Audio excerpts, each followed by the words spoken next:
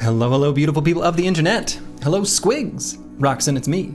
Sedge2, Dread Spider, Master Maticus, Furious Sheep, George Rockland, EELI. Welcome, welcome one and all to the continuation of the run. So I set up a prediction. I did not get the overlay up though. So not too many votes, but people believe that we will end this stream with 13 members of our squad. I sure hope so. So what I want to do today, the team's in a pretty good spot. We are pretty much set on all our builds, and in fact, the vast majority are already level 11. They grow up so fast. So what we're going to be doing today is trying our best to do two things. One, grow the size of our squad. 12 is fine, but 13, way better. Each brother past, each additional brother is more powerful than the brother before it. Because with each additional brother, there can be more specialization, more surround bonus, etc., etc., etc. So we want to get ourselves another brother.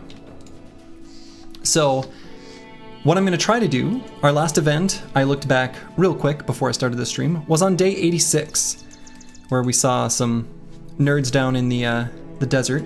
Some nerds walking around. We decided to not let them become part of the undead. But Squigs is right, to the snow.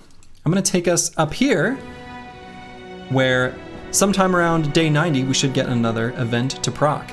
Will it be the Kingsguard? Probably not. Will it be the Barbarian? Probably not, but we're going to try. After that, I think we'll head out west and maybe raid some caravans in this area of the map, try to stock up on food, to explore parts of the map where we haven't been yet. One of the things that I'm finding in this challenge run is that it's difficult to venture too far from civilization without risking running out of food. Kind of makes me tempted to grab the cook, but I think it's not quite something I can justify. But it's hard to feel safe running too far away without running out of food. Like you can just only get so far, basically, unless you maybe have camps or things like that where you can plan a route back. But I don't know. So yeah, we're gonna try to make at least some adventure out to gain some new named items. We busted a lot of camps yesterday, like a lot of camps. And, we just didn't get any fames. None. Zero. That's okay. We got some nice ones early on. But we're going to be trying our best to get some in this stream. So, without further ado, I think even though we did some fights here and came back this way, I'm actually going to head up. Well, maybe I can head this way, through Fuchsburg. Kind of follow the road. Oh, actually, or do I want to do it that way? Maybe I head through Tool Ridge. That's probably a better route. Is there a command to see the current queue? Yes. You'll be happy to know, Furious Sheep. You're on the top of the queue. So yeah, let's head through Tool Ridge. There were some noble armies that we ran from originally, but I suspect those are probably gone now. I guess I could run through this area too. Oh, they're not gone. Okay. Yeah, we could fight this noble army. We don't really need to. Monolita, hello, hello. Our next brother will be furious but soft. Yes, that's the plan. Furious Sheep, Guardian of the Kings, or maybe Barbarian, or maybe Runaway Laborer, or maybe, who knows? Oh yeah, and I was also gonna check relations. I was gonna see if there's anyone. No, okay, all right. You want to be a barb, a fluffy, angry barb? That would be great too. Honestly, a Barbarian or a Kingsguard, like, either one is fine with me. Barbarian would be great. I got no problems with that.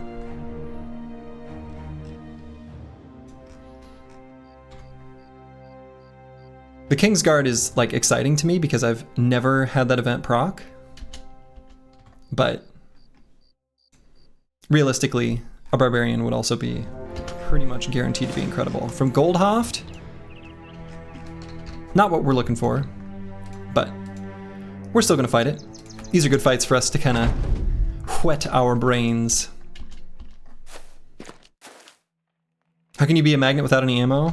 I mean, you know, you got just a few javs in hand and that's all we need. But it's true, we are gonna need to conserve ammo. So we need ammo. Kingsguard would be awesome. Kingsguard would be awesome. No disagreement there.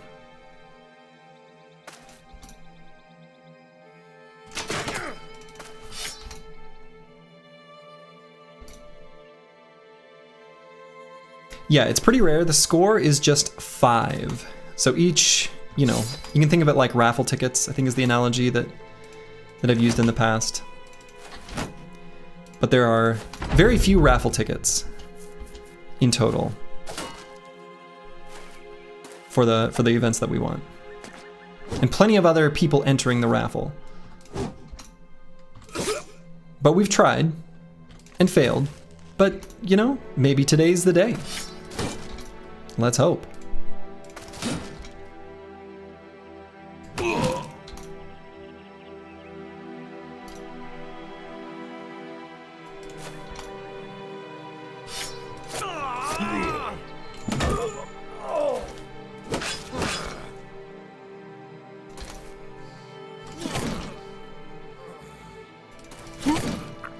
Look at that rotation, that's right, we did have a little rotation there. A little bit of rotation to get this party started. Alright, got some food. We did need some food, we were just getting a little bit peckish down there in the desert. Today's the day, this is the run, this is the run. Alright, so we got a old Ulf's hut. I suppose since we see it, we should fight it. Fallen Hero could have a weapon that we want, after all. We do still have our champion, bounty hunter, champion creator. So we're hoping to find some champions so that we get some shinies from just random enemies. You can only presume that the Fallen Hero is Ulf himself. Looks like it. Let's see, and is that... That might be the decayed coat of plates. Sweet. Is Ulf old or is the hut old? That's a great question.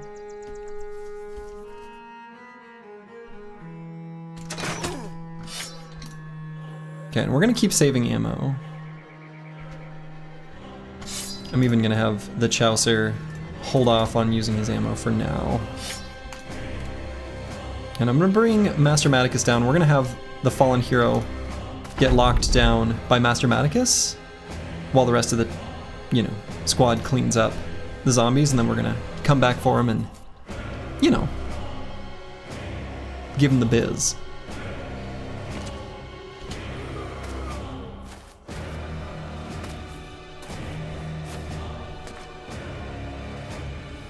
That's right, old Ulf's hut. Headhunter active.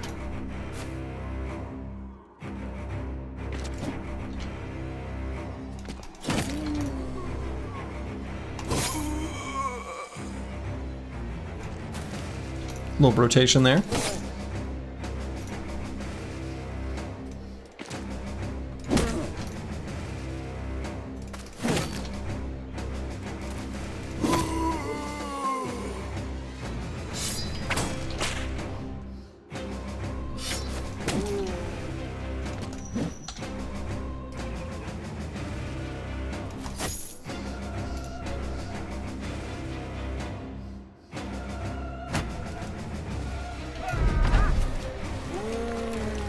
And I'm not sure if we've got it so that his hit chance would be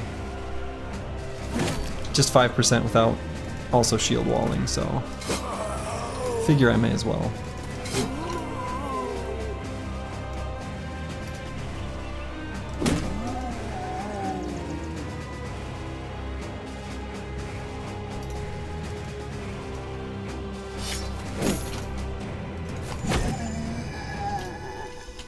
Okay.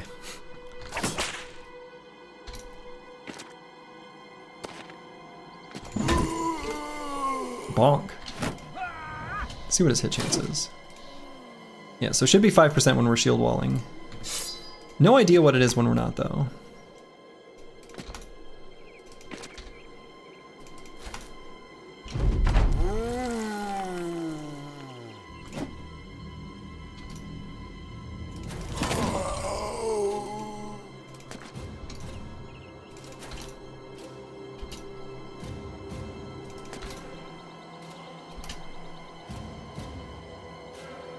Ruben 6F, hello, hello. Kaka!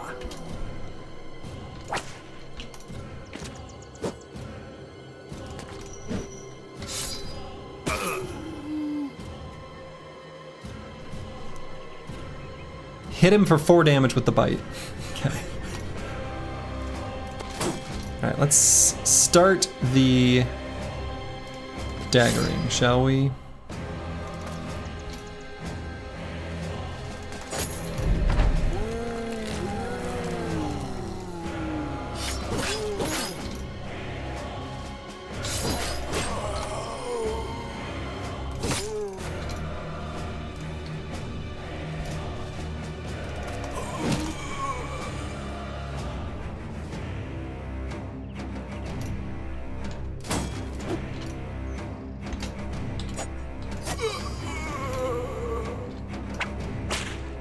Excellent little disarm there.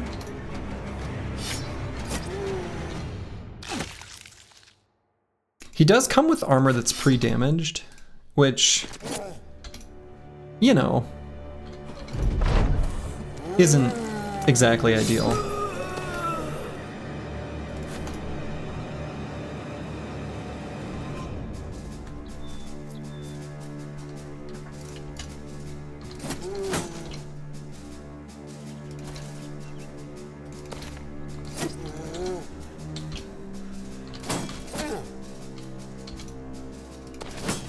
Hopefully we get him here. Dang. Jerk's got 1 attack in him. You hate to see it.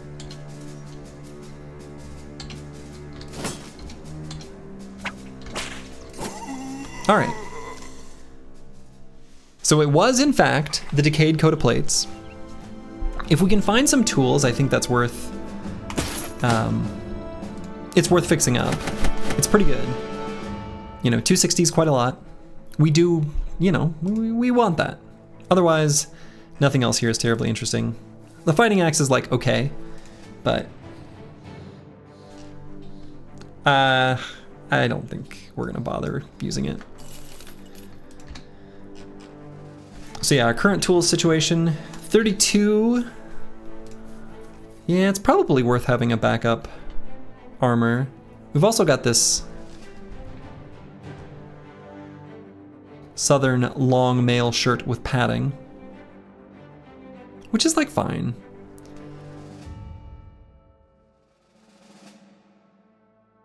Yeah, I don't know. Maybe I shouldn't have bothered. It's a lot of tools to fix up. 260.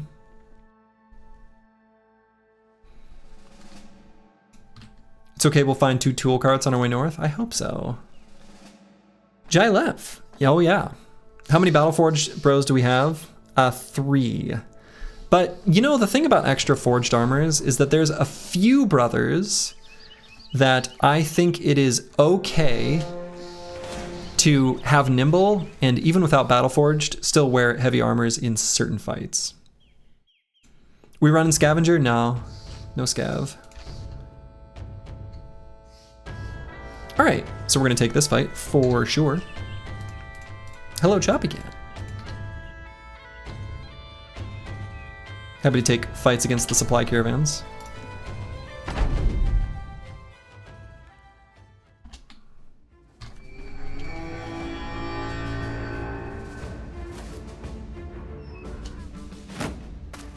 So we're probably gonna start this off with a scoot and shoot, especially if they're gonna voluntarily split themselves.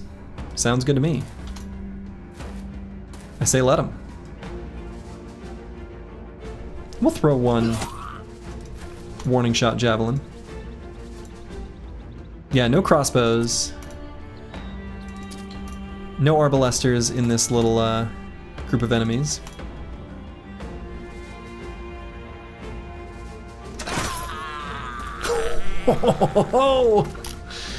Wow. That was good. I'm gonna go for that guy because he's got lighter armor on. I wanted to make sure we got that bleeding proc. Also got an injury, which is kind of nice. I think we just barely hit the threshold. So maybe I put Master Maticus just like here. Or here.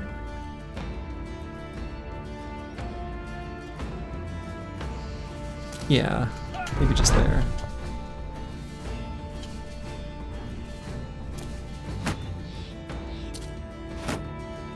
Some say that guy's still groaning while dying. The legends do say that.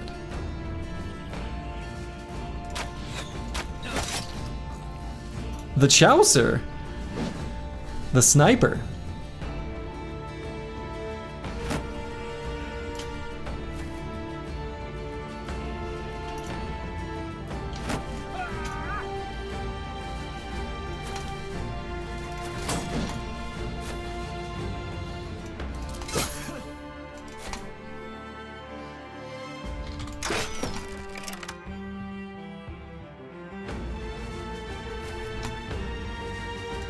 Okay, so we're sort of just skirting around the outsides. We want to make sure that we don't give them free attacks next turn.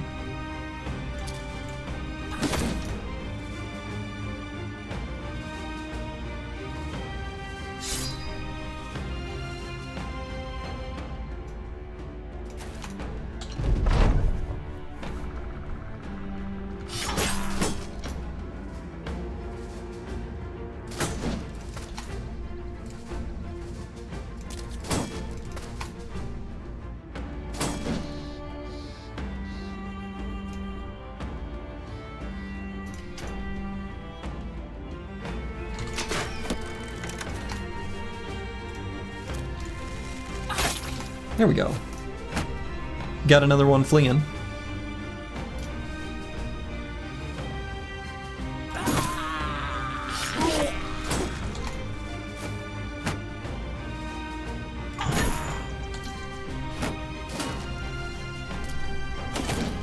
For a Battleforged tank, what's a good fatigue to shoot for after gear? Would it be a good idea to take bags and belts for extra shields that don't contribute to fatigue?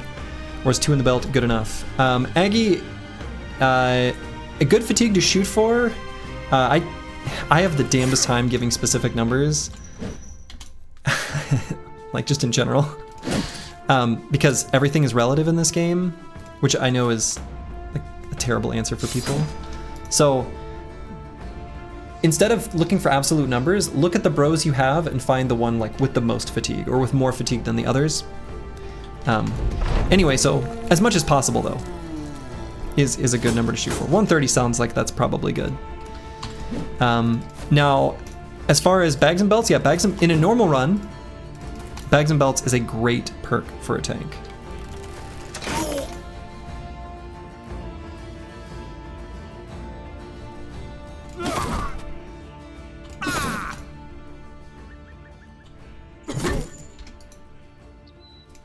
Obviously, this challenge run is kind of its own thing. Alright, we've got all of them fleeing, except for the Zombo.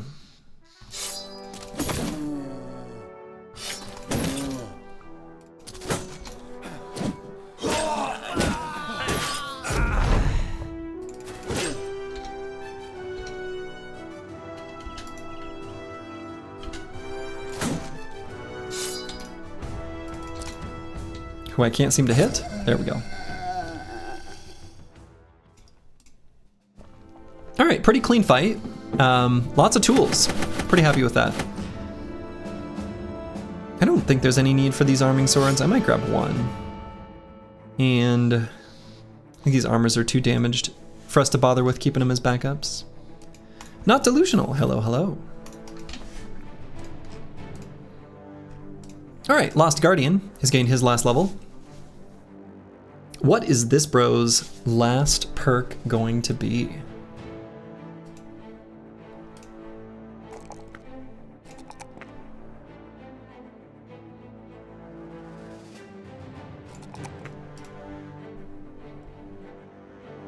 Yeah, if you plan to use the library shield and not going for endless shield wall ability. Oh yeah, so Rufin, to answer your question in the Discord a little more thoroughly, let me pull up the math that I've done before on this. 1 second.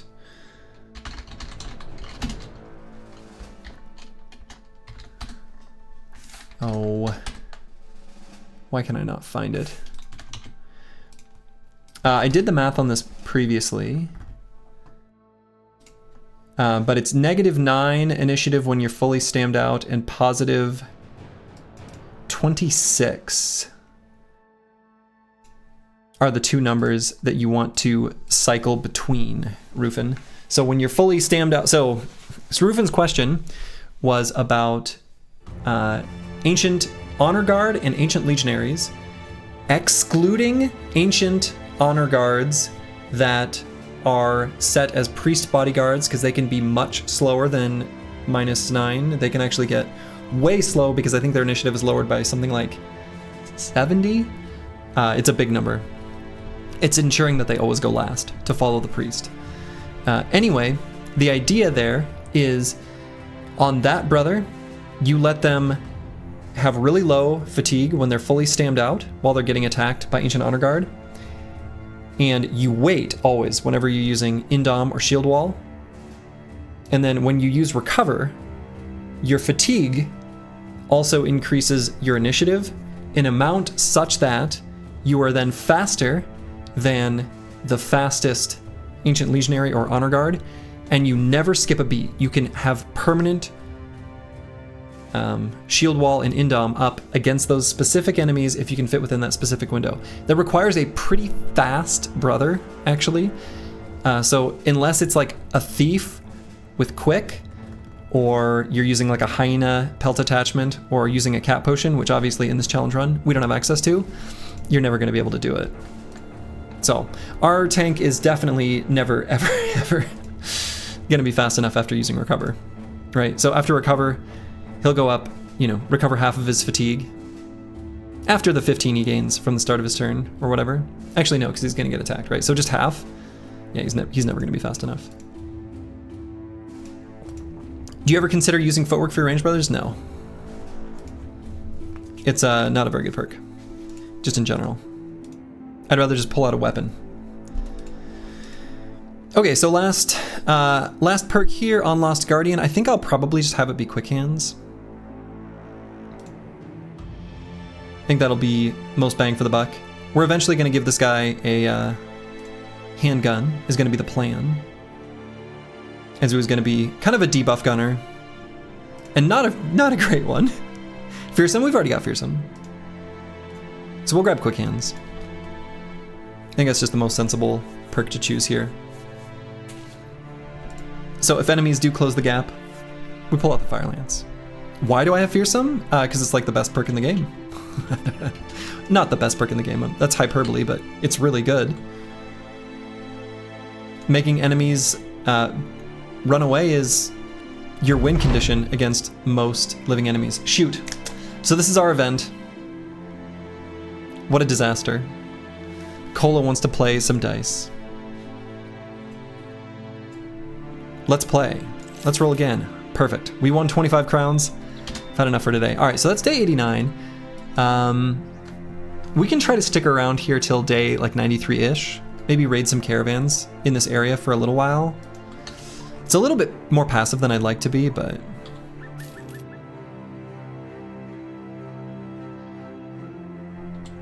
That's right, damn you, Cola, and your addiction. Right? Oh well.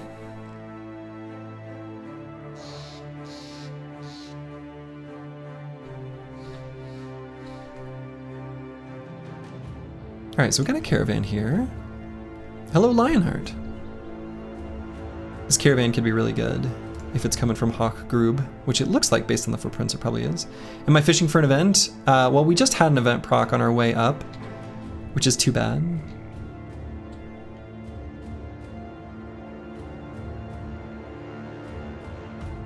And will the footsteps continue afterwards? They do. Supply caravan, okay. And a trading caravan, great. So let's get out of the swamp and then we'll fight them. A specific event?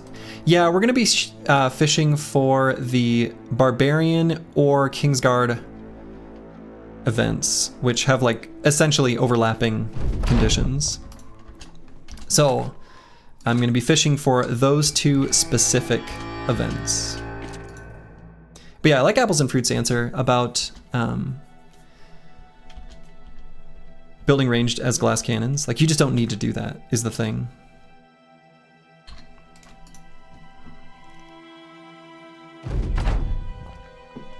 The game just doesn't ask that of you, essentially. Like, you just don't need to do it. It's better if your ranged bros can fight. There are almost no situations, sadly, where footwork is worth taking. There was one justifiable selection of footwork that I did in my win streak series. But it was for a specific brother with specific conditions and a specific fight. So, make of that what you will. It does make goblins more annoying. Oh yeah, footwork on the enemies. That's a thing.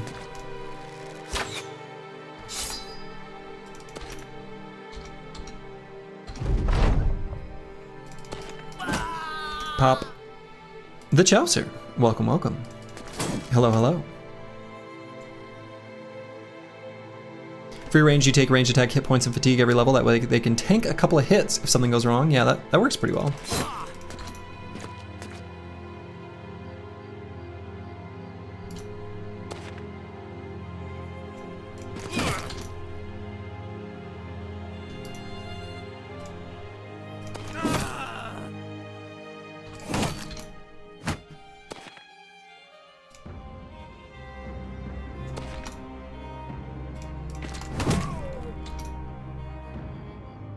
I was gonna maybe try to get that guy's armor, but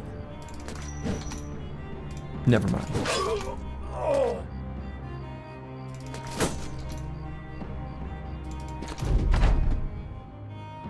Yeah, taking hit points to avoid specking Colossus on a thrower, I think is totally reasonable. Okay. They had uncut gems. Sounds like a euphemism. All right, what should I leave behind? What am I never gonna use? I'm never gonna use these flails. Maybe the three-headed flail. I'm never gonna use these morning stars. I actually have plenty of daggers. I can always get more. A damaged billhook? Get out of here. I probably have more shields than I need.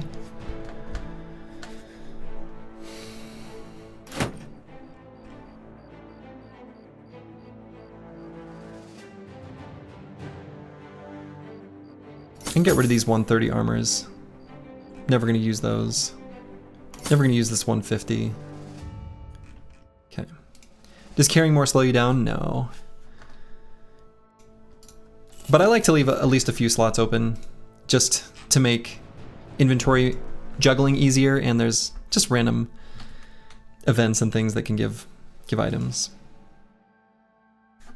All right, I could wait just a hot minute for daytime before blowing up this caravan. Oh, and also very sad, that was from Hawkgrub. And we got all those uncut gems, no tools.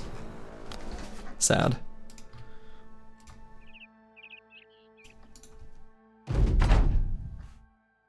Leaving something for each thing I take? I mean, I guess, in aggregate, I suppose. Yeah, you hate to see it. You hate to see it.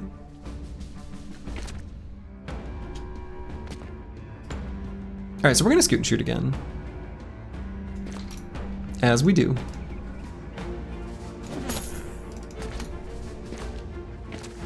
Oh, perfect. It's even better when they voluntarily separate themselves.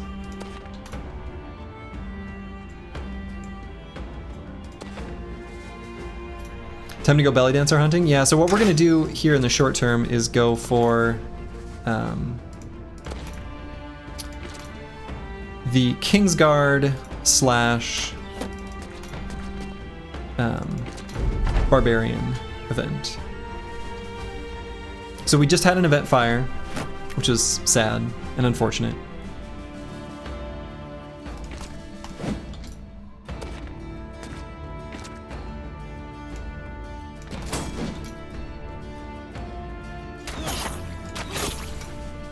Very nice. Is Battle Brothers still okay? Oh yeah. Battle Brothers doing just fine.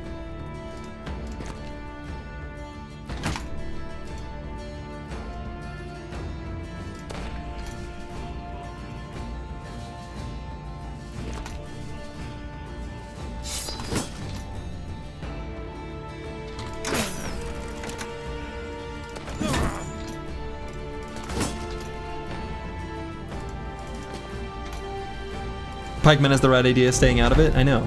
He's the only smart one there. But unfortunately, not gonna do him any favors.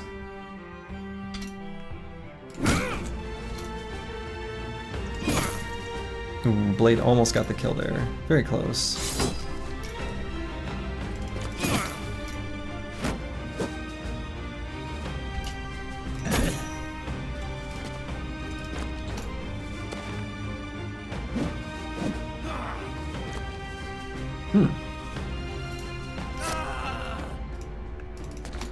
Two attacks instead of shield walling is kind of surprising.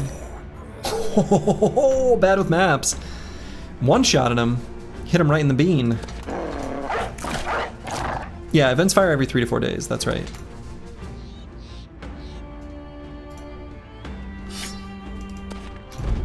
Am I gonna make any more Battle Brothers songs? Yeah. The videos are a lot of work, but they're also a lot of fun. So like, I enjoy the process of, you know, doing the arrangements, practicing up the parts, recording them, etc. I agree, that is a great song. There's a lot of great Battle Brothers music. All right, so we got 20 tools in this caravan. That's really nice. That's really nice. You love to see it.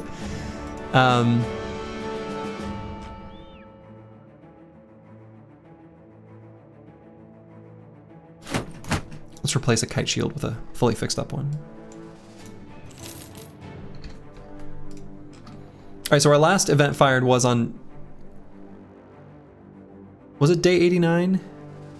Must have been 88. Just a little bit ago, right? So, yeah. We can hang around here, do a little exploring. Is you love to see an everyday phrase or a streaming phrase? You know, it is an everyday phrase. It really is. But it has become a stream phrase. Not taking the undamaged 130? No, I don't think we need it. We're never going to put that on one of our Forge Bros. We're never going to put it on a Nimble Bro. Just not going to put it on anyone. I'll take a peek on this mountain, see what these undead are up to.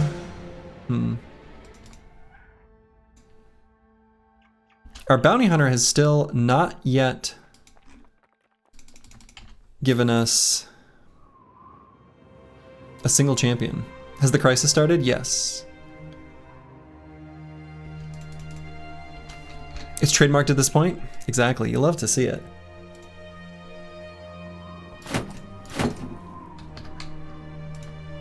Alright, so let's fight this trading caravan. Then we can fight the undead there too.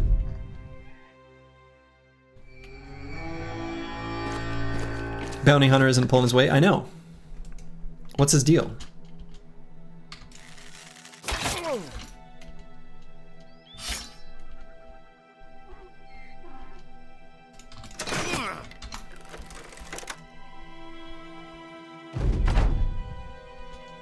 Alright, come at me, Caravan hands. I dare ya.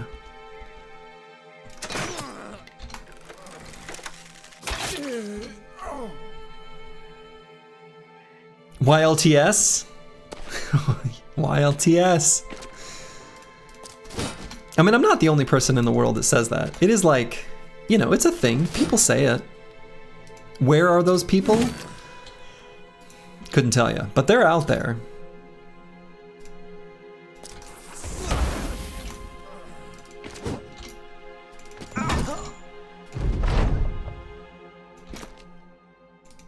Minnesota mostly. At least one.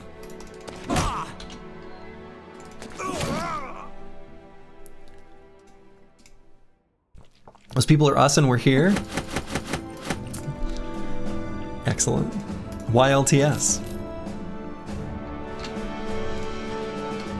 Okay, so I'm gonna fight this group of undead, I think. Just so we can get more to spawn. YLTS, is that an acronym for something? Sure is.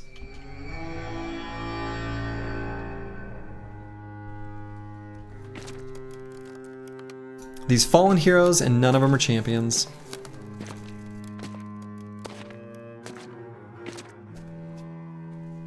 Oh yeah, there's an I at the end. Didn't even think about that. Or should be an I at the end.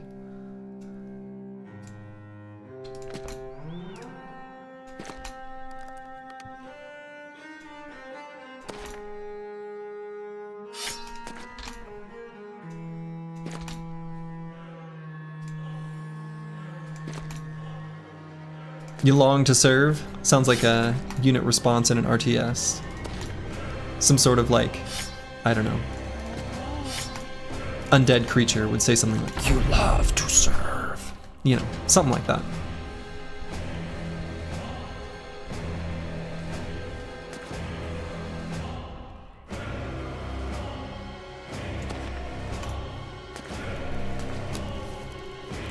There we go. Get up here, you nerds.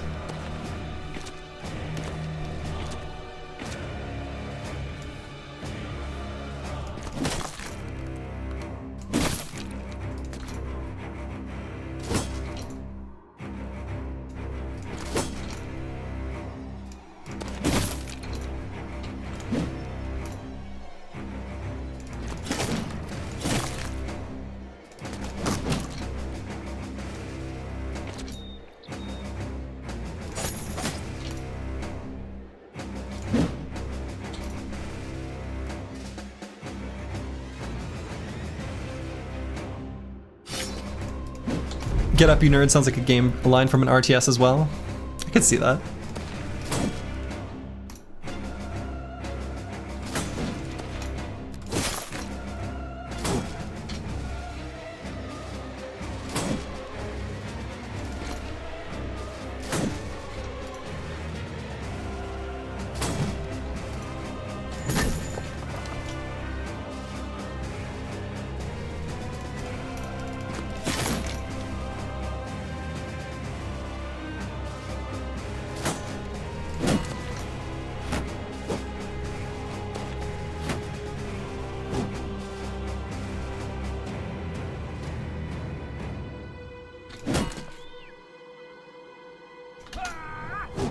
See what that hit chance is.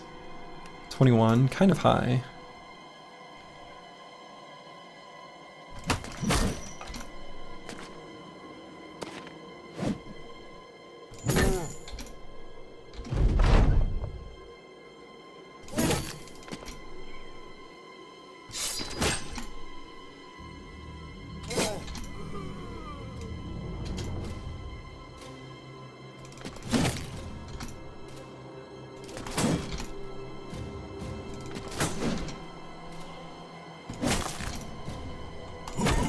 There we go.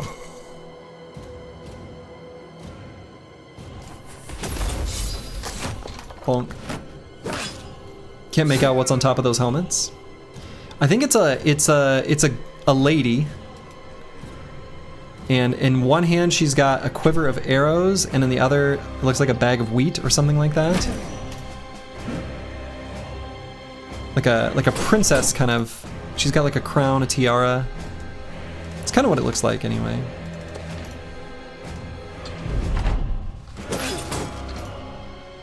They look really cool. But it is hard to make out what's on top of them in this view.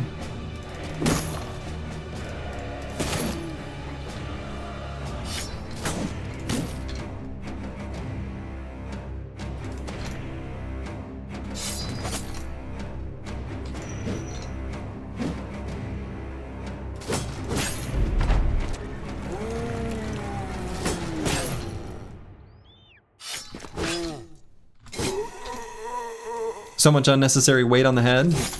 Hey, if you need to look good, you gotta put that stuff on your head. It's just how it is. I don't make the rules.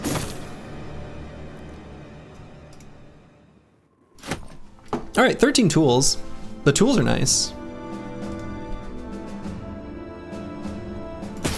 We'll grab this fun helmet. Maybe if we put it on, we can get a better sense of what's going on there. Oh no, her other hand is just busted off. She's got arrows in her right hand, kind of arms splayed out, and her other hand is busted off. Wow. Spooky.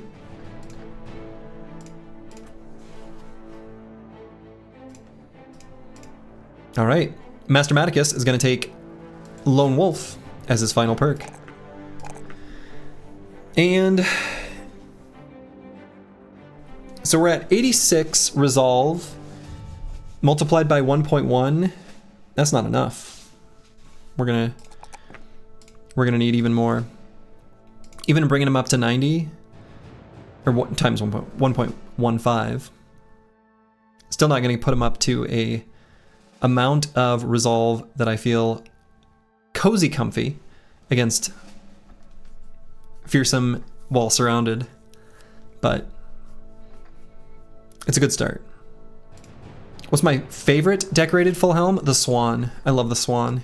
It's simple, it's elegant, it's beautiful. All right, let's see what this Barbarian camp has over here.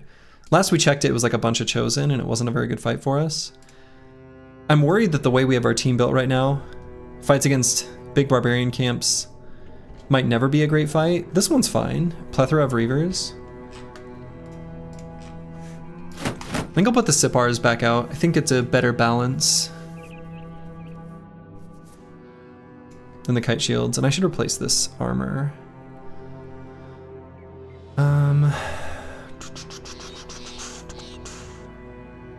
Let's put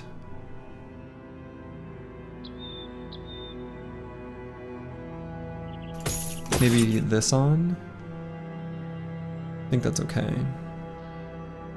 This road goes so close to the edge of the map, yeah. I've seen roads that have like barely went like off screen, which is kind of crazy.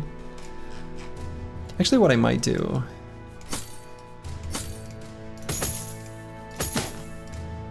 let's put a slightly more protective set on Cola. Squigs is gonna be pretty safe. Squigs and Nara Knight with their initiative builds I think are gonna be fine. Cola is maybe at risk. Potentially, right? We're putting him in spots where he's gonna get hit back.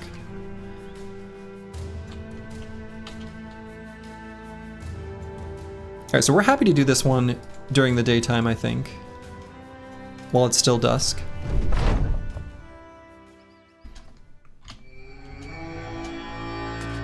It's a lot of enemies.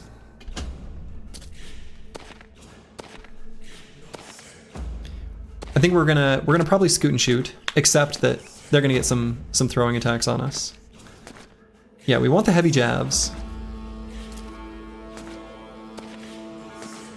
So we're gonna scoot and shoot on everyone except for our main tank. We've got a lot of damage, but so do they. Main priorities are gonna be the ones with the big chonky two-handers. As long as we take them out, we'll be in okay situation. What do I do with excess gear? Just leave it behind? Just leave it behind. It's all we can do.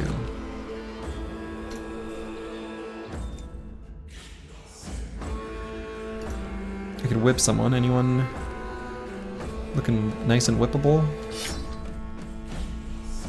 I don't know that I want to. Let's save the fatigue.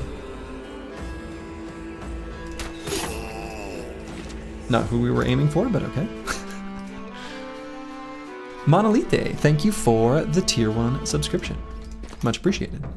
I don't know why I said the... Well, anyway, thank you.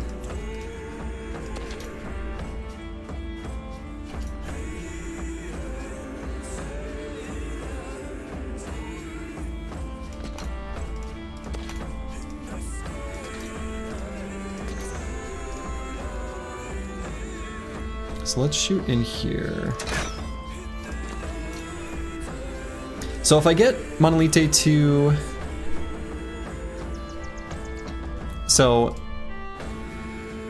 Lone Wolf, if you have no ally within 3, you gain the extra stats. If we put him right here, we're just barely out of range of these two. So I think between Indom and that Lone Wolf, he'll end up with a nice chunk of dudes around him. It should be pretty fine there. This mana is fine? Okay. That's fair. This running is crazy. How'd you cook this up? You never thought you could survive without selling gear? What else is prohibited? You can't, I mean, I can't go to towns, so yes, you can't buy bros if you can't go to towns.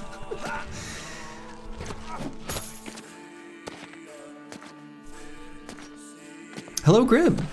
So this run was inspired originally by a Russian player named Sergey, who did a no towns challenge with a fairly similar set of rules. And I took it and made it a little bit more insane. It was already insane. By upping the ante a little bit, I suppose. And saying, all right, there's no towns. How about also unallowed to lose any brothers? Which is also, you know, it ups the ante, that's for sure. Not that you ever want to lose brothers in a challenge like this, like that's always bad, but we've had a lot of attempts that we definitely could have kept going and salvaged had we not lost any brothers.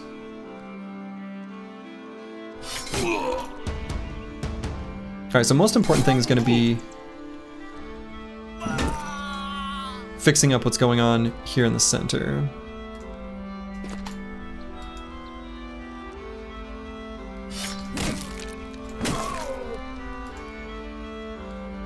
We're off to a good start, actually.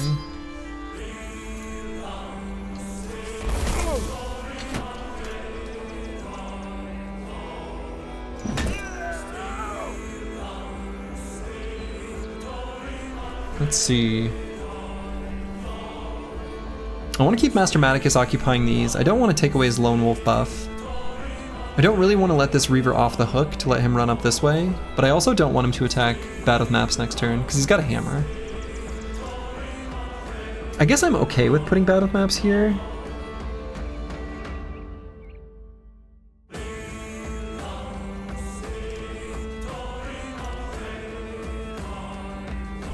I guess let's wait. We're gonna have Squigs attack down there and then we'll just have him back up.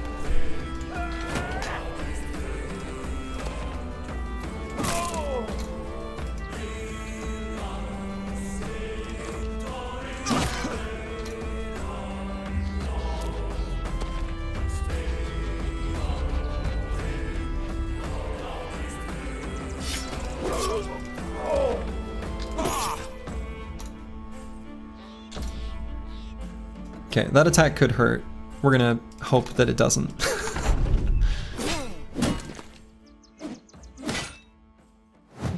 Okay, he completely whiffed. That was the one attack I was worried about that round.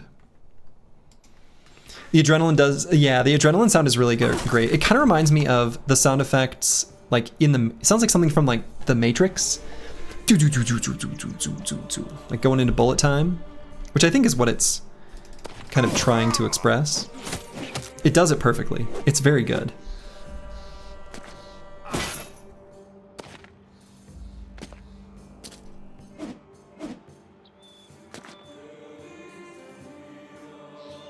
Second only to Taunt. Taunt is very good. Let's see. I don't think there's any rotation or anything like that I want to do. Alright, they wrecked our tank's shield. Not great, but he'll be okay for a little while.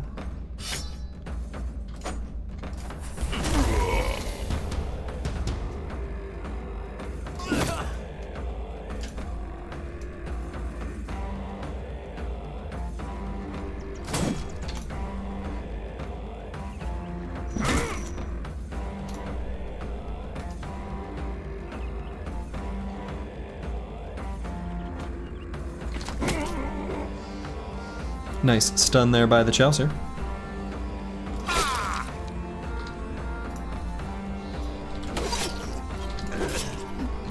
Okay. The blade doing some decapitations. And Hunter active. So we're just gonna indom and I mean, do I riposte? I guess not. Because we still have another indom for next turn. Assuming we don't get hit by... No, I guess we're good. No maces, only hammers there.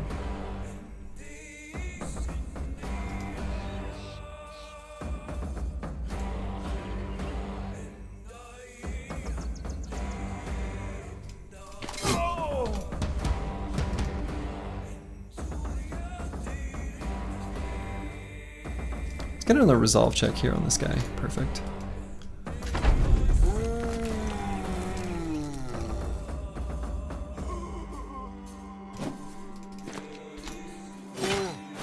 Doesn't the Barb know breaking shields is bad? I don't think he does.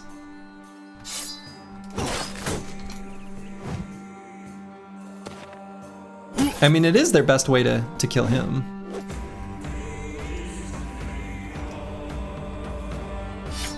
So it's not a total nonsense play in that particular instance. Pretty good, our melee defense is starting to, you know, do its work. Still got pretty lucky with their attacks there. A lot more missed than had to, that's for sure.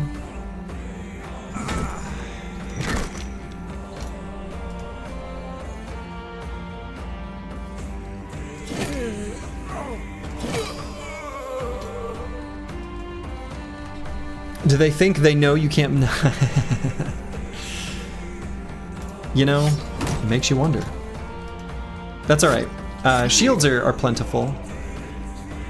It's pretty easy to loot shields.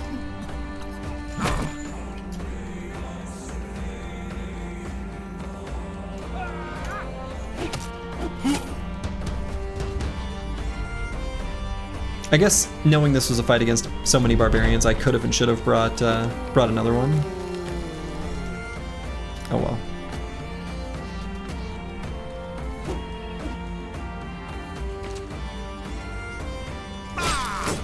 Undead Crisis, of course, making this fight weird in the ways that the Undead Crisis makes fights weird.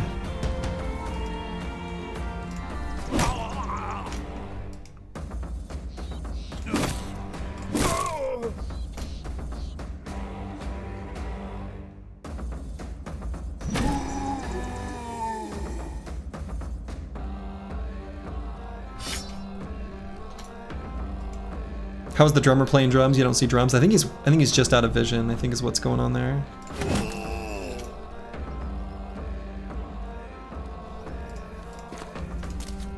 Yeah, there they are.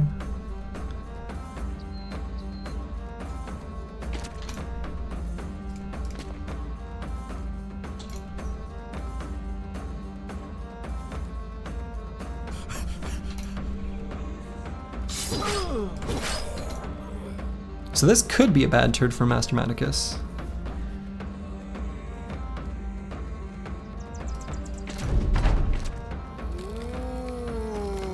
Yeah, they're definitely going before him.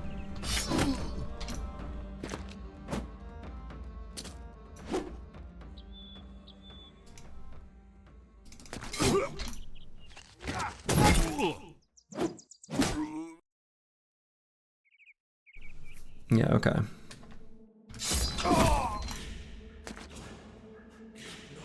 Okay, so the enemies say they're out of here.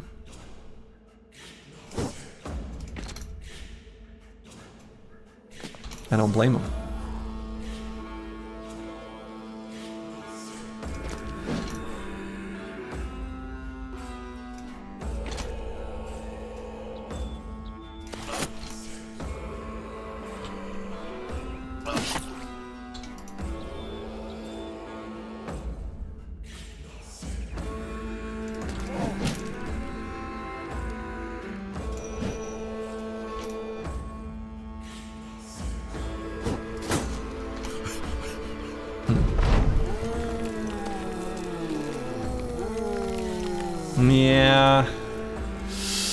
Annoying.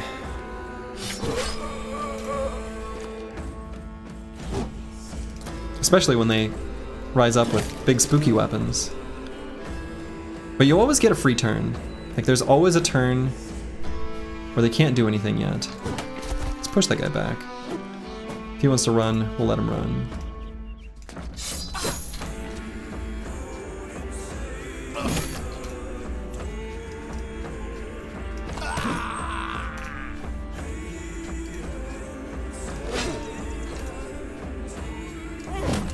Stun that guy for next turn. Never mind, he's dead. That's one way of doing it.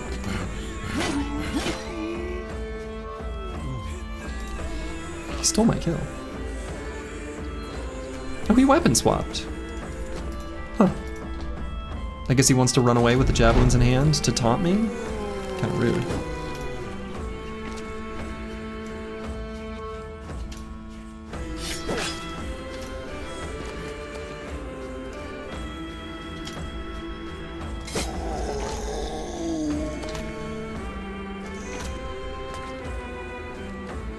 Okay, so we definitely want to make sure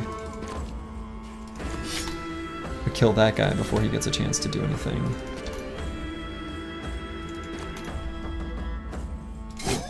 Right, yeah, he knows I want the, yeah. He knows I want the heavy jabs. It sure seems like barbarians rise up more than other enemies though.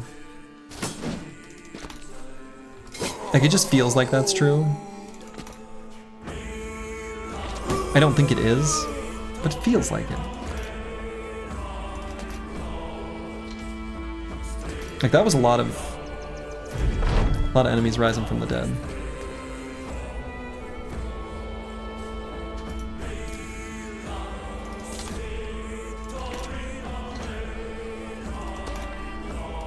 Barb fights are longer. Yeah, that might be it. That might be what's going on.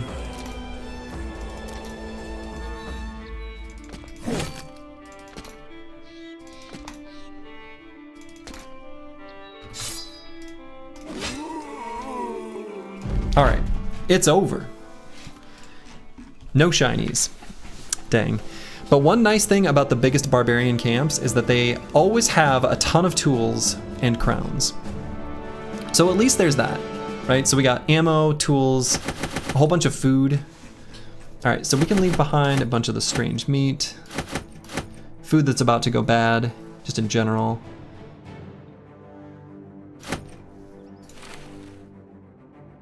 Destroyed armors, we don't need. We don't need any damaged helmets, anything like that. I'm gonna grab these hammers. I think that's probably it.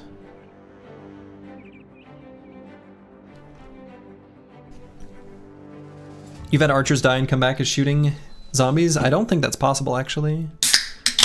They will never attack with a ranged weapon. Helmets, maybe? No, we've got plenty of helmets. The kettle hats are better than the leather helmets. I think we're good on that front. All right, so tank did get schmacked a bit. It's probably a good idea to just always have a backup shield.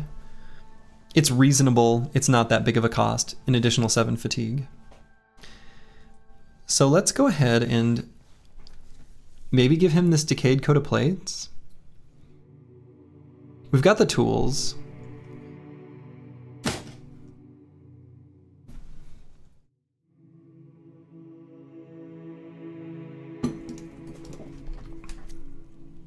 Yeah.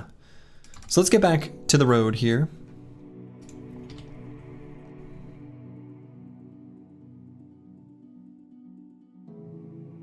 Yeah, no additional brother and still just the one legendary location.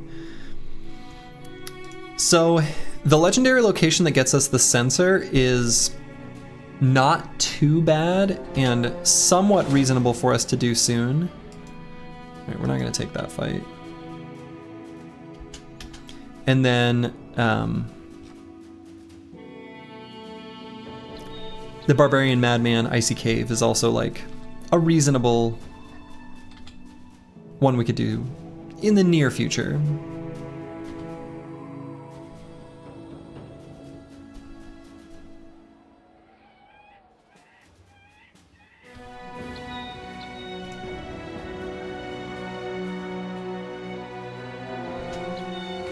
A lot of noble armies moving around. Did an event fire yet while in the snow? We tried once. There were a bunch of just kids. Mean kids. So we're gonna head up there again. Yeah, I don't really want to fight this army. And they don't want to fight me, which is interesting. Would it make more sense to... No, we're not gonna use the sensor against the Madman. It's not a very good weapon to fight against him.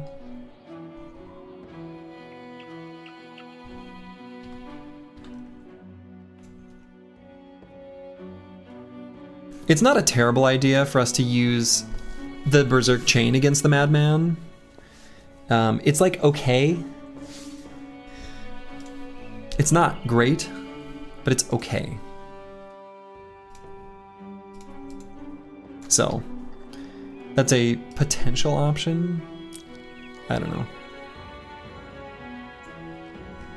Our best brother to do the fight is going to be Kola. So for the Madman fight, we'll give him some thick, heavy armor. We'll give him our best forged gear. And just because he has the best stats, we'll have him do the fight.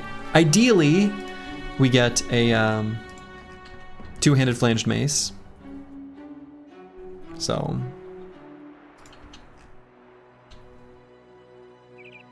And our doggy? Yeah, we'll bring the dog. Event time? Yeah, we've got a little bit of time till the next event fires. Oh my.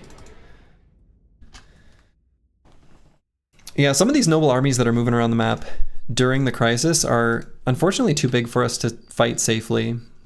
It'd be better if we had a handgun.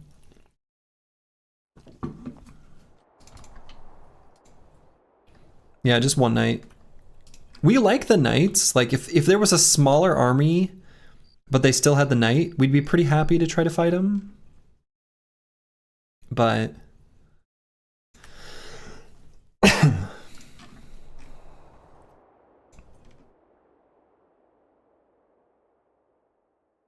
So the next event should fire starting day 92.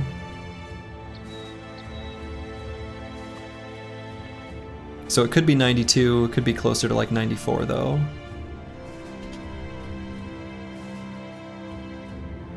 They can't spawn with two-handed weapons? Yeah, the non-champion versions I think cannot spawn with two-handed weapons. I think that's correct.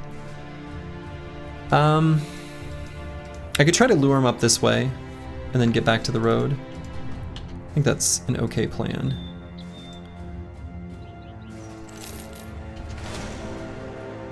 Oh, okay. Not a terrible fight. Have you thought of making it a rule that you can go to settlements but only for bros? Absolutely not. That would make it too easy. I want to make it so that we never, ever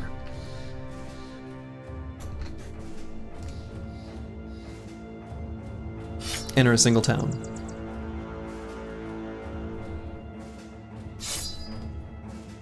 Priests are scary? Yeah. Priests are a little bit spooky. This is a good fight though. This type of camp has a really high famed item chance. So. Go to settlements, but only for the barber at the end of the run. Now we're talking. Now we're talking. Yeah, if we could hire bros, it would make it way easier. Definitely. All right, looks like our armors are fixed up. Now, this is a somewhat spooky fight, right? It's a lot of enemies. Your head cannon? Yeah, I was gonna say Minister of Nothing. We've established real cannon. Ugh. Okay, I hate these obstacles here. Our backup 2 strat gets screwed up with. We can back up 1 instead, and it's okay. It's an okay substitute to back up 1 hex, but it's way better to back up 2. Especially when the Ancient Priest does their miasma. Yeah, this terrain sucks. This terrain just sucks. We're gonna have to kind of run around it in a way that we don't want to do. I think that's just kind of an is what it is situation though. 22 dudes, yikes. Yeah.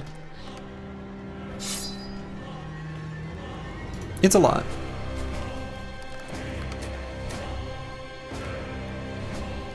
But the world is starting to scale up. A lot of time has passed.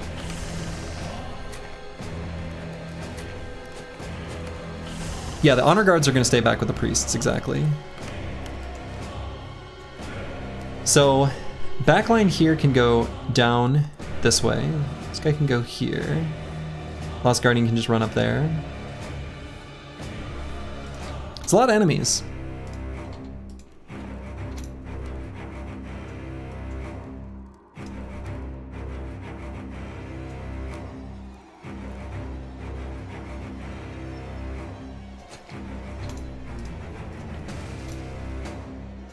And the way this terrain is, we're gonna have to like back up in a way we don't exactly want to.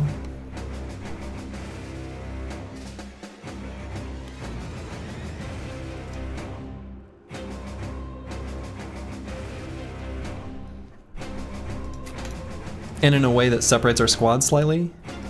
It's kind of bad.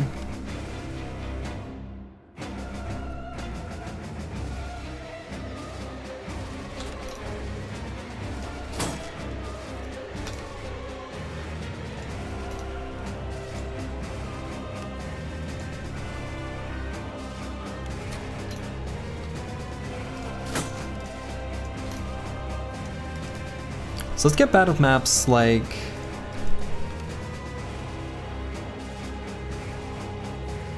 here. Can you back up even more? We're not going to be able to, no. Could have considered backing up 4 hexes at the start actually, getting past this terrain. But the terrain almost hurts us because we want to be able to surround them. So I think I'm okay with what we've done, given the situation.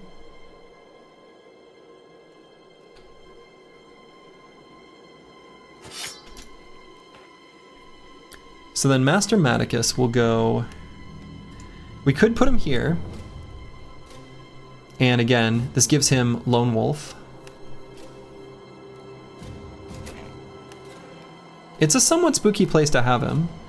We've got 2 bros with rotation that could run up and bail him out in the future.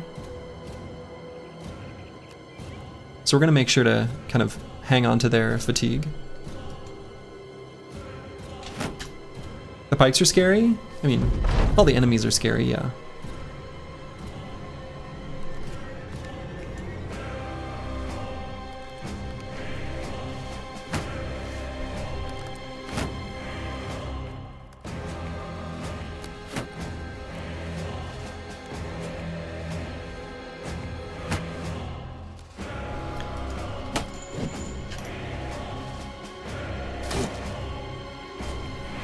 So they'll have a decent hit chance. I guess, no, still only 5%. They managed to hit the 5%, but I'm more worried about the top part of the formation actually. So I probably indom and shield wall. Yeah, I don't know, I don't really like that.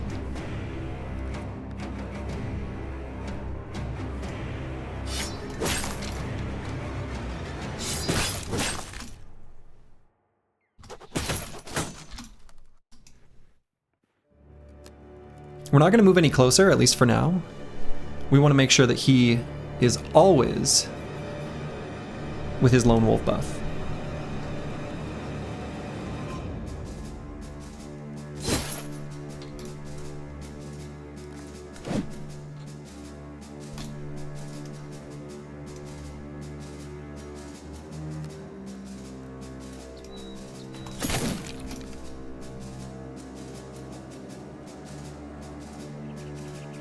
So I guess that means I can't move Blade forward. At least not on this turn.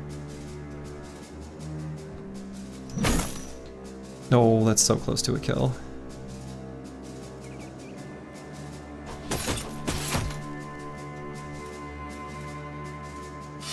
What famed item do I want the most? Two-handed flanged mace would be pretty sweet.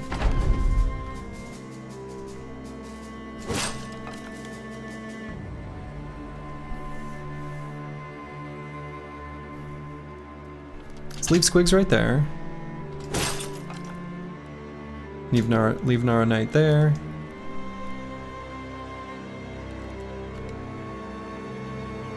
Also, the one nice thing as a side note, right where we have Preston BG standing, the banner's aura is 4 hexes in radius. So right, so 1, 2, 3, 4.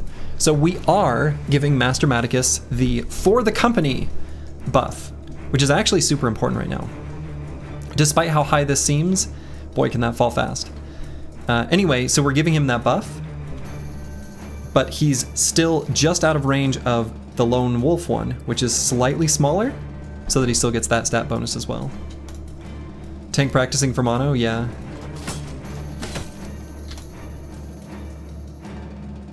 Okay, I think I leave this this enemy here, so that Cola can get another attack.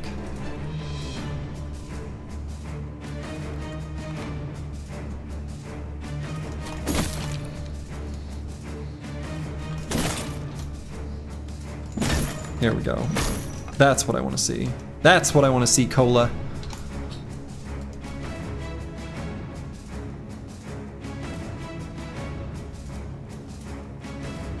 I might stun this guy so that he can't activate his shield wall.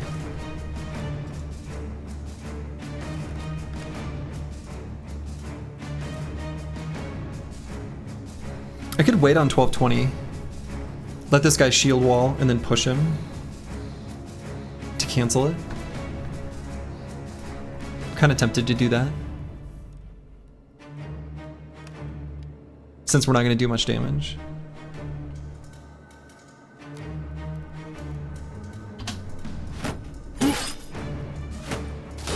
Boy, they're hitting a lot of these 5% on him. It does have me nervous. Like, even the chip damage is going to add up. And they're also putting the miasma down there, so it's pretty important that we bail that out like ASAP.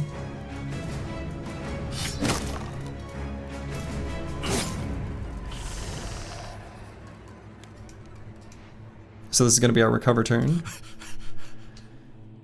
And probably won't put us fast enough to be faster than them for next turn. So one way of bailing him out too is to put targets that these Ancient Legionaries would rather attack in range. So Squigs could be a good example, right? He's fast. We could sneak him over to this hex. He should be pretty safe there, especially if we bring Ball and Stalin with him. And then these two Ancient Legionaries with a pike will attack him instead. So we're breaking our Lone Wolf radius buff, which is fine. It had to happen eventually.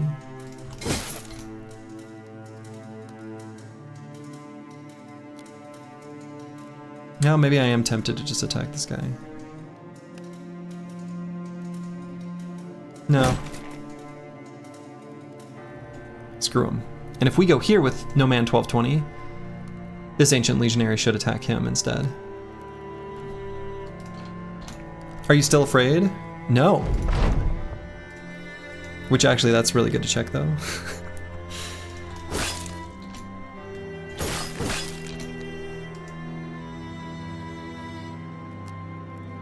Alright, so now if I go here, this Ancient Legionary will attack Preston BG, which I think is what I want. Could also send him here.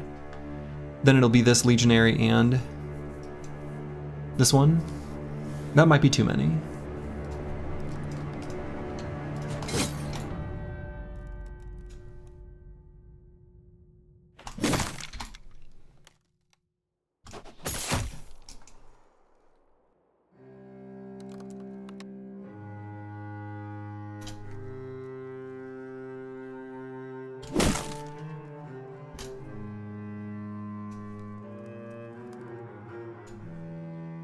So let's send Blade here. Perfect.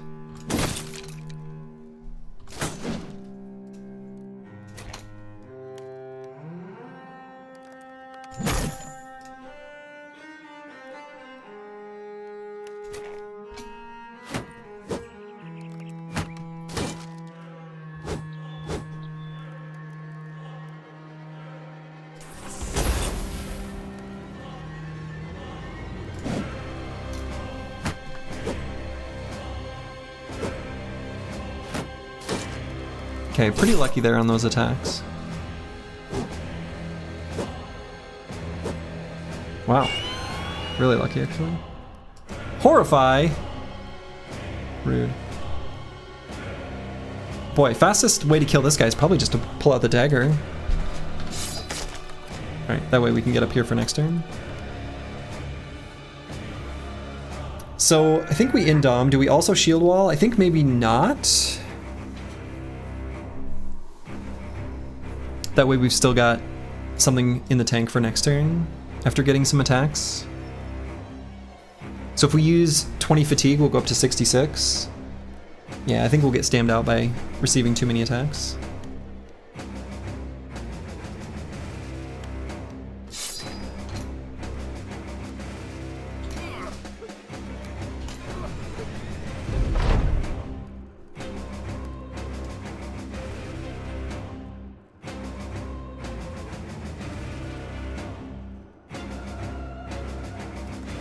Actually, I think I'm going to pull out the axe, attack the priest.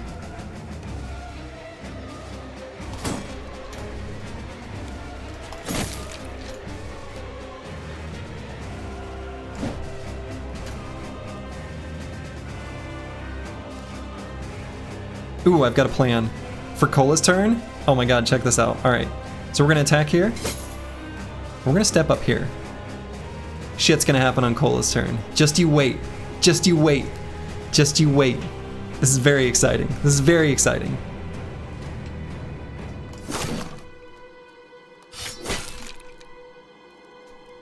Who knows what's coming? Who knows what's coming?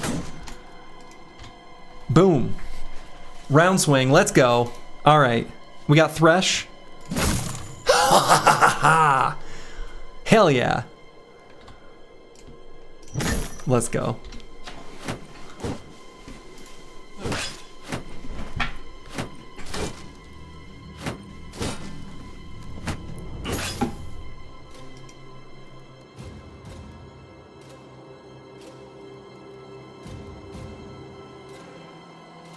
Alright, so I'm going to break up their surround on Master Maticus.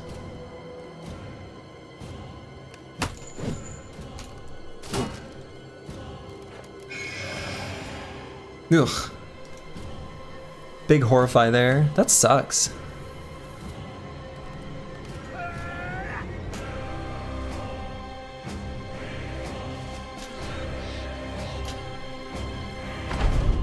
The gang's still going? The gang's still going. Alright, so Squig's got hit in the head. That's not good. So let's pull out the hammer and take a step back.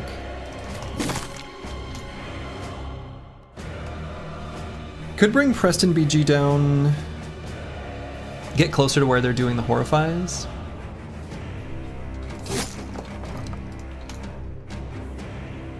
Bring the squad together again. You can move Ragged Edge 82 all the way here. See no problem with that.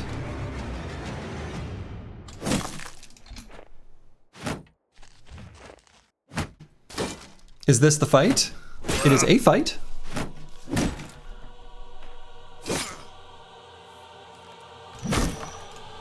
Bonk.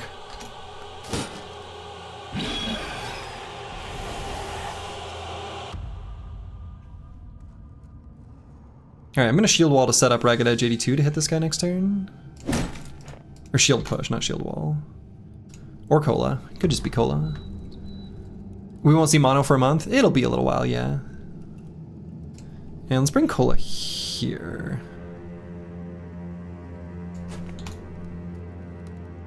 You missed the skeleton farts? It makes one of us. Let's see, we've got just enough for a shield wall. Let's do it. We're not in the miasma anymore, so. This fight's gonna be very costly, so many tools to fix all these armors. Yeah.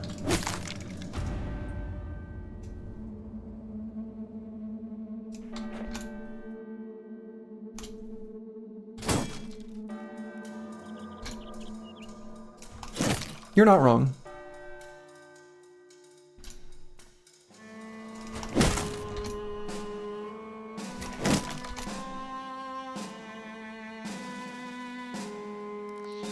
Gotta rob some nerds at Tool Ridge?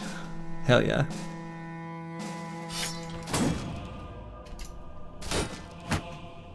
Yeah, there's a very high chance for named item in this camp. Alright, so Cola is gonna need to be backed out of where he is. So we'll get No Man at 1220 here, and will he have enough to rotate next turn? No, not if we go here, but if we go here, he can. So just in case, let's get him in position to rotate. The other thing, I guess we could just pull out throwing axes and just finish that guy off. It's maybe simpler. 88%. Missed it.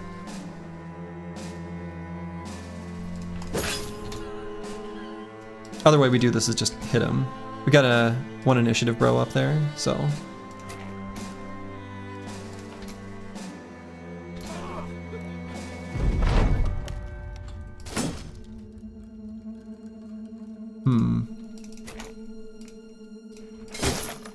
Okay, we got it.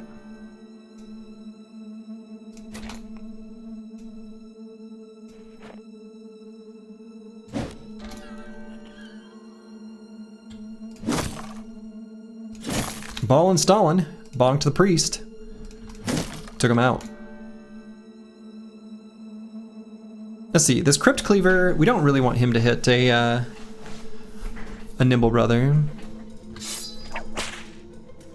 So let's make it so he can't.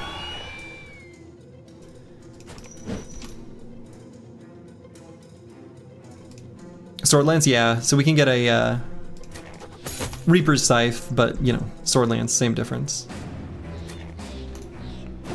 What Crypt Cleaver? Exactly, all he's got's fists. Yeah, move here for contributing to surround bonus.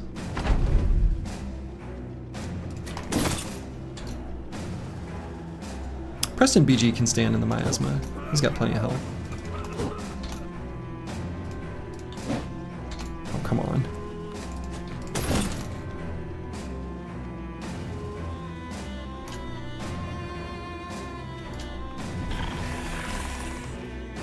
We already have one? No. No, we didn't. We don't have one. We can't hit this guy though. Our attack stats are really low, just like in general. The team has really bad melee skill. It's just, that's just our life.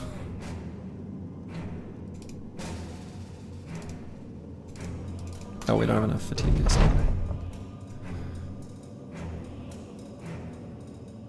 Alright, so I'm gonna wait, let the priest go first.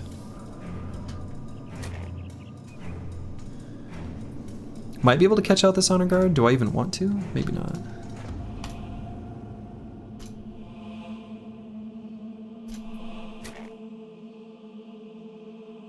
It's not day 100 yet, so they don't have polearm mastery.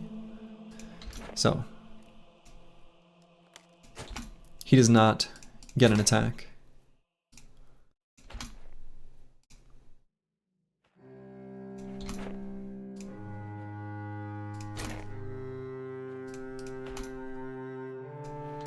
Yeah, we're gonna have to get our swag levels big time.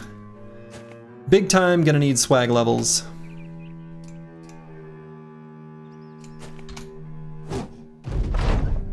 Oh, I guess maybe Ancient Honor Guards, hold up. Ancient Legionaries don't have polearm mastery. Ancient Honor Guards might just start with it. Now that I take note of what just happened, because he moved 2 hexes already.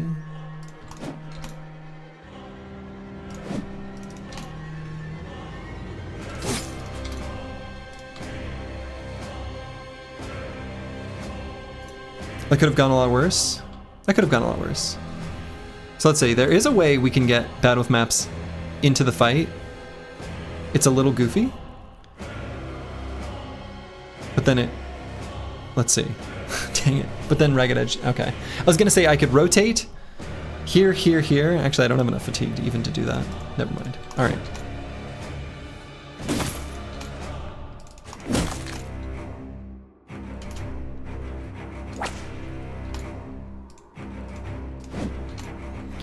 Only after day 100 for Honor 2 per wiki. Well, he moved 2 hexes. And still attacked with a Reap ability. So I have a feeling the wiki is wrong there. You know, wiki is wrong on a lot of things.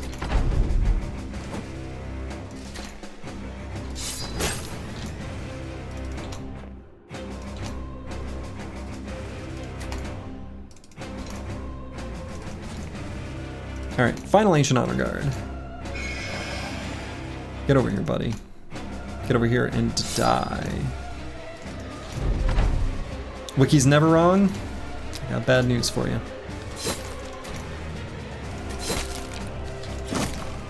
Alright. Whew. Spicy fight. Very durable shield. Not a bad shield. Not exactly what we were hoping for, but it'll be a nice like happy medium shield to equip on our tank for fights against like mixed forces, like Briggies and Nomads and things, and almost no risk of it dying. Oh yes, Sir Dankrad! So, yeah, and then all these ancient gold coins, pff, worthless. So, not bad, not bad. I'm also gonna grab the War Scythe, and I don't think there's any need for me to have the Crypt Cleaver, but let's grab it and just see. Yeah, the Reaper's Scythe is nice, or the War Scythe. So War Scythe and the shield, that's a pretty good result. Pretty spicy fight for it though.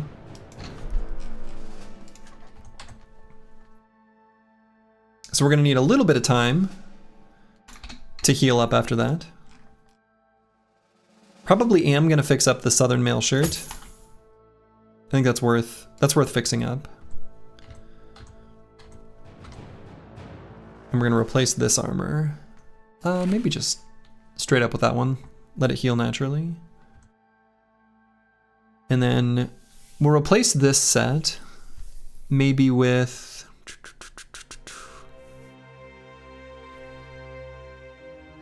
I mean, I could do like this. That's pretty bad.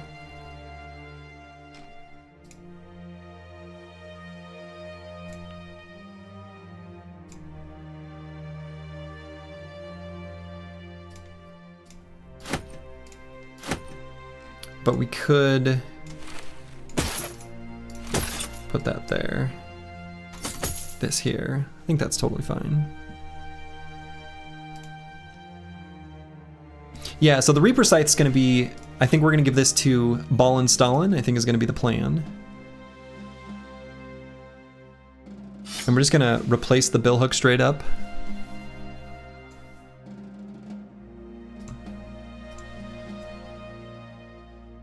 And then this Crypt Cleaver, I don't think I give that to anyone.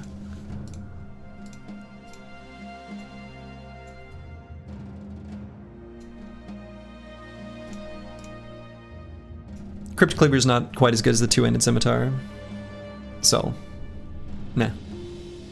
You only managed to hit half the stream yesterday. How many famed items, things do you have now? You only remember the hat and the body. We've got 4, I think. So we've got this body armor, this helmet,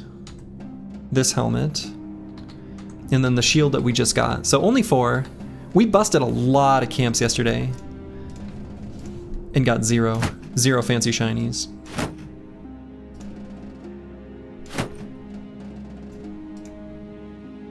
Actually, this is kind of an okay shield to put on our arrow catcher bro. Actually, I think I kind of like it there. Let's give this Sir Dankrad's guard to No Man 1220. When do we summon Exodia? It's a good question. When do we summon Exodia? I think I give Ball and Stall and the backup Billhook though. This weapon's kind of fragile. It's pretty easy for it to get destroyed from excessive use in a fight.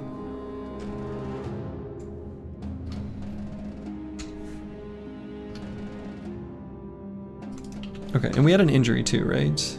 Yeah, so we have pierced arm muscles on Cola. That's too bad. When he has a swag level. Our first swag level. Wonderful. Let's see.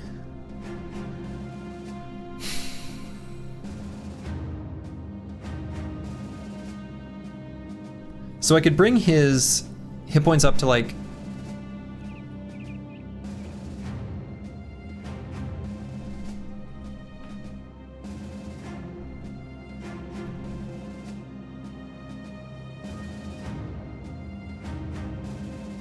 I guess just 66, right?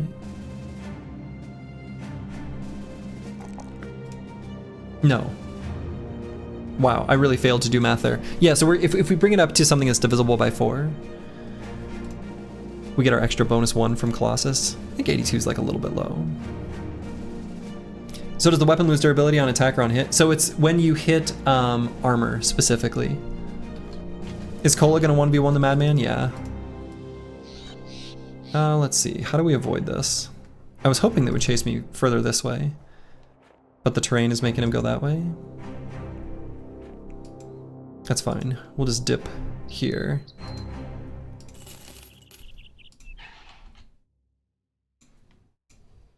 Oh, stop moving efficiently on the map, you noble army.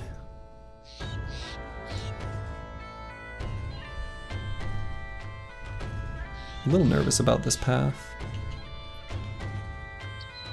Ooh, baby.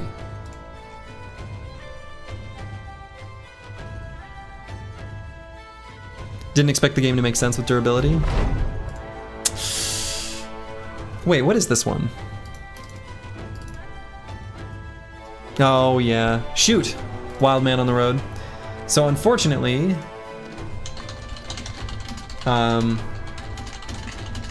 this could be, in different circumstances, this could be a bro, but it's not in this case.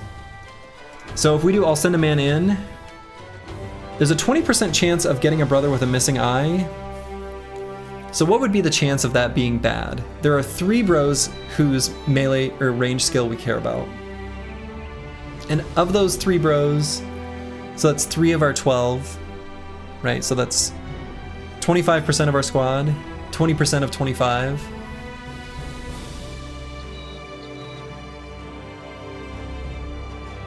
And if we succeed, then we gain some initiative, resolve, and gold. How many bros do we care about their initiative? Surprisingly many. Not worth? I don't know. The bonus stats, 80% chance for bonus stats. 15% chance for basically a nothing, and then 5% chance for something bad.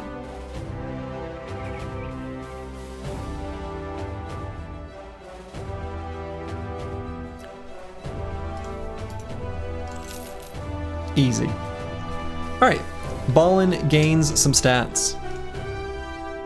You'll love to see it.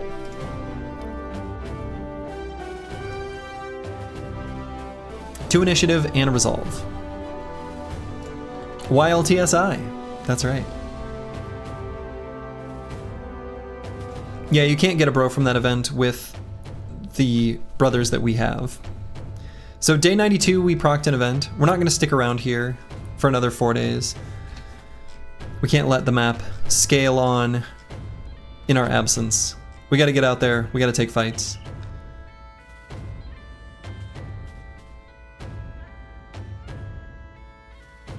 Yeah, we gotta get that merch. What we want is a two-handed flanged mace, because I'd really love to send Cola against the Madman. And I just don't quite feel confident doing it either with a Berserk Chain or like just a two-handed mace.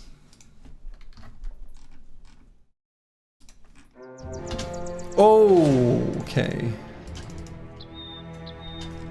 What's the best way to run from this noble army? Are we close enough to this mountain to get on there safely?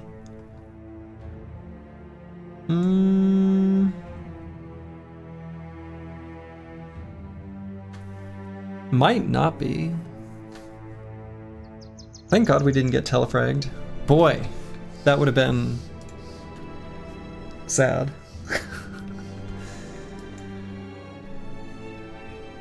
Yeah, run 14 PTSD, no kidding. So, do we run through here? Can I do that? I think so. I think we've got enough of a lead on them.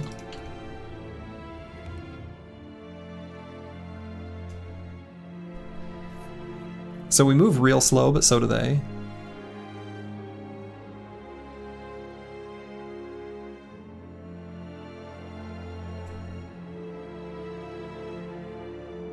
Remember that your bro is huge, so regular two-handed mace is probably okay. Man, I don't know. Barbarian Madman fight is so spooky.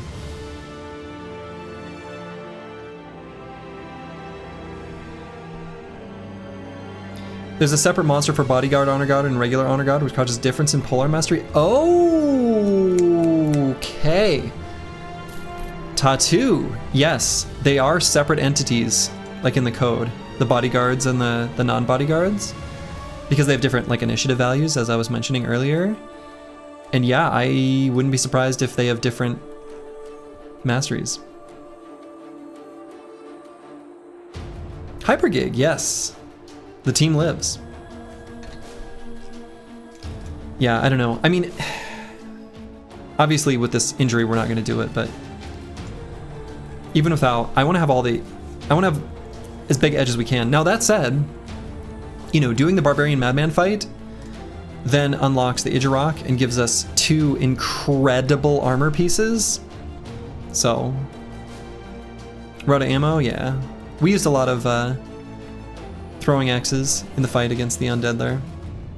Unfortunately, we wasted a whole bunch of time traveling through that mountain. It's nearly time for another event to proc here soon. Disaster. Reward for Madman's pretty crazy good, considering Idjarok is nearly free. Yes, Idjarok is practically free. I mean, you take a bunch of damage, but the risk of losing a bro is basically 0. I'm still not going to take the fight quite yet.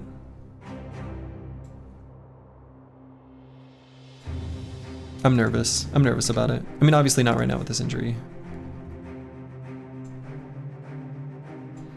Madman fight is always scary because you just have so little agency over the outcome.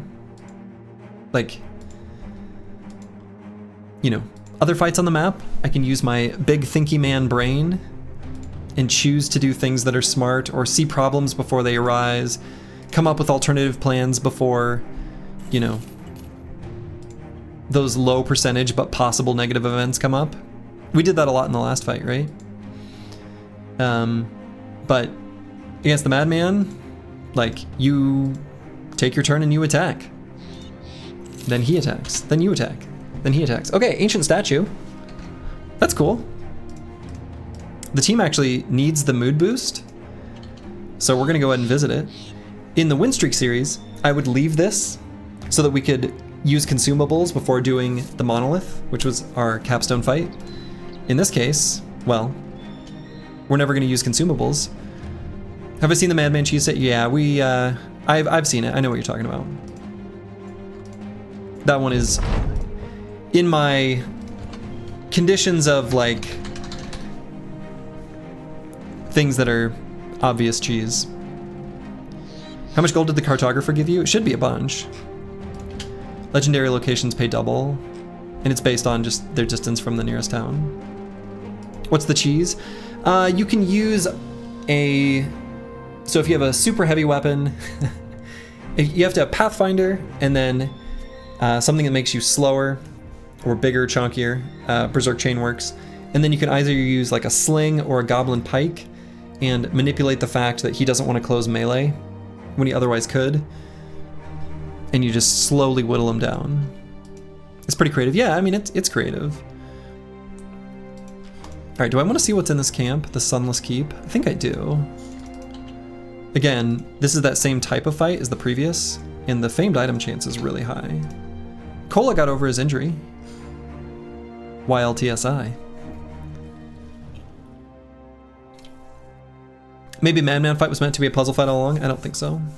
I think that's just a miss. Obviously that's kind of up for interpretation.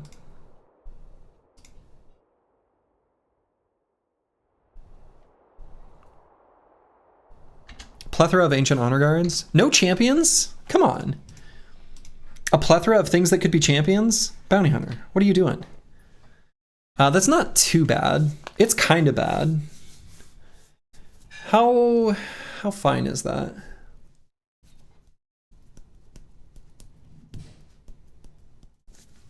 It's like, okay. What I think I might do, let's put this full set on Mastermaticus. What sources do you have for the regular two-handed bonk? Only Hedge Knights and Executioners?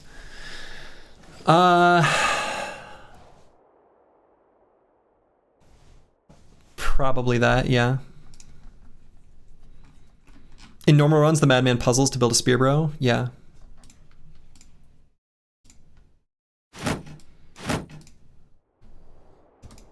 Alright, I think I am going to take this fight. So let's wait for it to be dawn. Perfect. So he's got a lot of armor. He's got a really good forge value. So I think he'll be okay.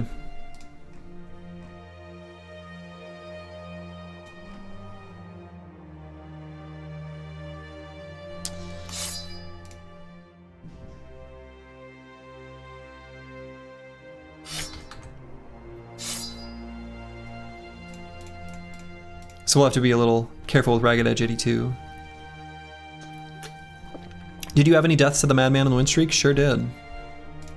Sure did.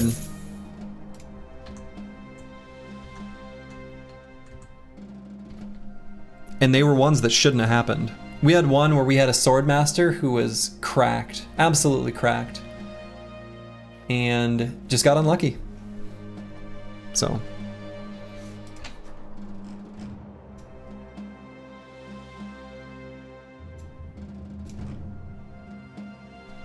All right, let's do this fight. I think this is a fine fight.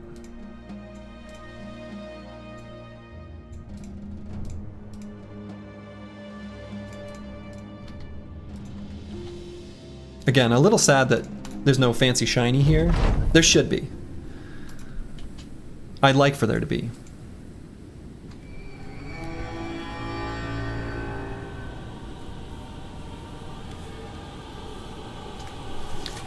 Terrain to back up is a little bit bad, not terrible.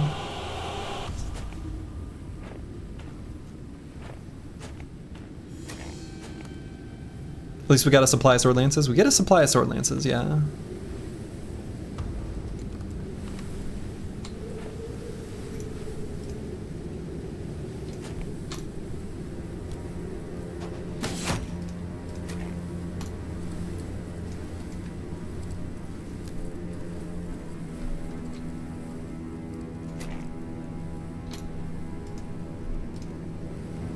Alright, so I'm most concerned about the top part of the formation. So we're gonna have Mastermaticus go up that way this time. Can Fallen Heroes have a two-handed bonk? No, not unless they're champions. Apparently champions can though, which really surprised me.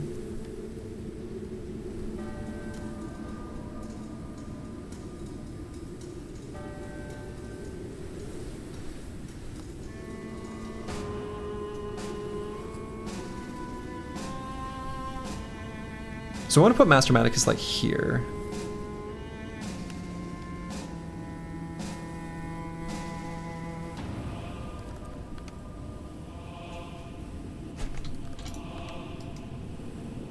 So that might mean putting the Chaucer here, No Man 1220 here.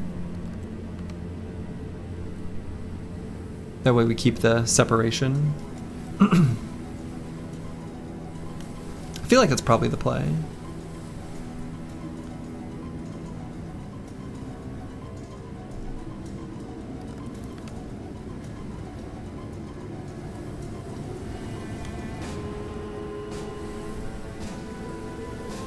Yeah. I think that's better.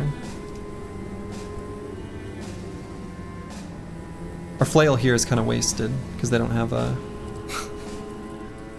oh, whatever. It's fine. Do I bring Ball and Stalin up this way then? How bad would it be if he was here? Yeah, that's bad. So Ball and Stalin's gonna have a slight whiff of a turn.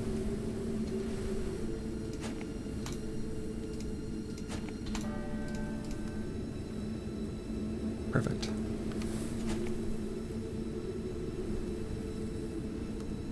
And I think Indom is the play.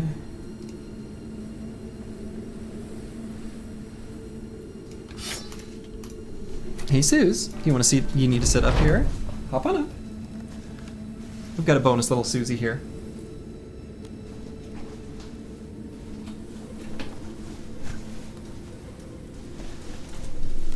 The little girl needs to sit on my lap. She just does. She's in the mood. All right, so we're gonna wait here. Let them come to us.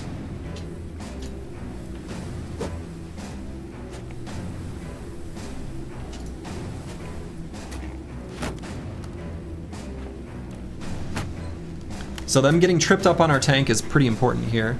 Again, since we don't have the firepower to take them out on this turn. Okay. She did not want to stay on my lap. And let's see. Do I have enough to shield wall here as well? So that'll put us at 67. Should give us enough next turn to use one more skill. So I think that's okay. It'll be close, but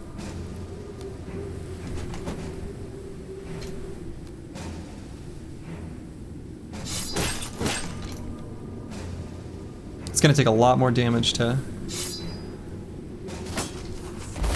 take out these honor guard though.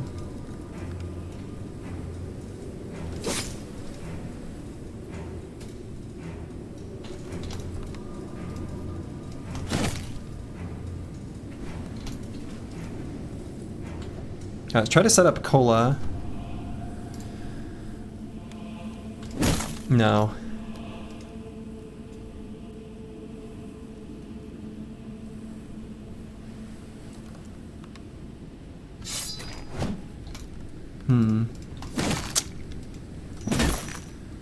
Yeah, a lot of missing. A lot of missing.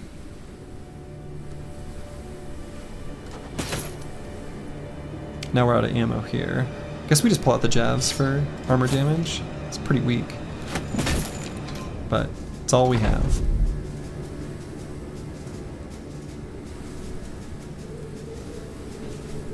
So let's soften up this Ancient Honor Guard, I think.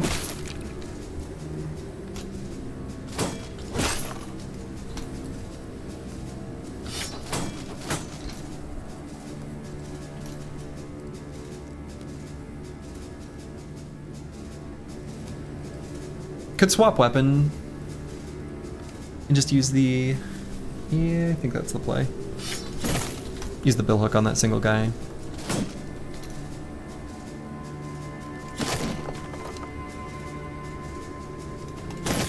Big attacks there by Blade. Big attack by Cola. And I don't think we move down until the second half of the round.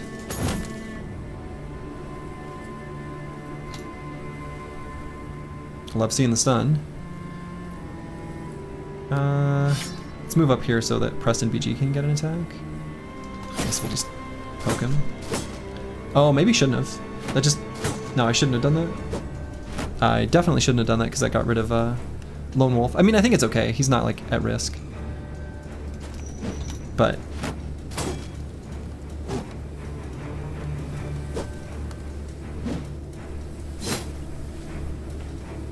okay, that was pretty reasonably lucky. And my prediction of having enough fatigue was wrong.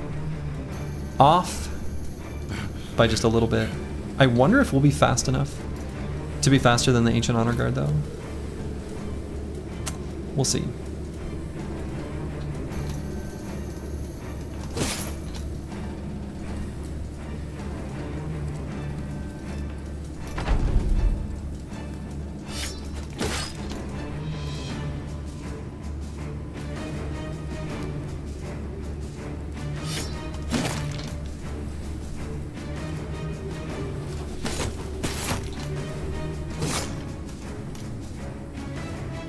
slowly but surely chonking him away. Now I wish I had the War Scythe out. Well, whatever. Could bring Ball and Stall all the way to here. Probably attack this one.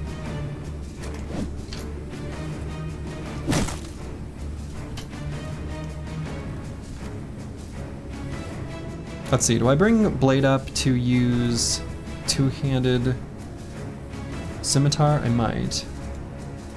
Could I have used the one-handed flail with Cola? Oh, he doesn't have quick hands. So no. I mean, we could swap to it, right? But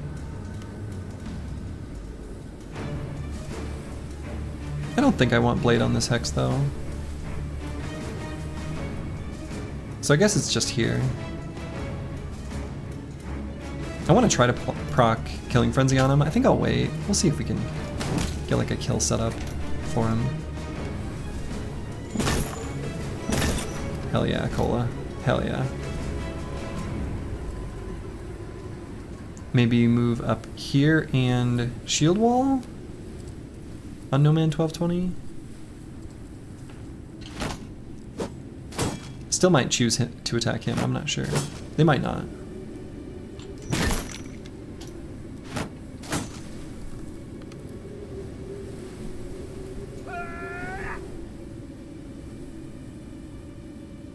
So yeah, let's just only end on.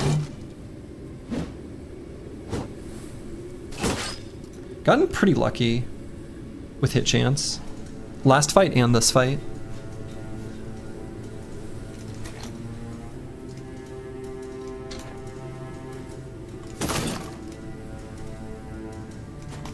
That was the Zerk Frenzy that I was hoping to set up.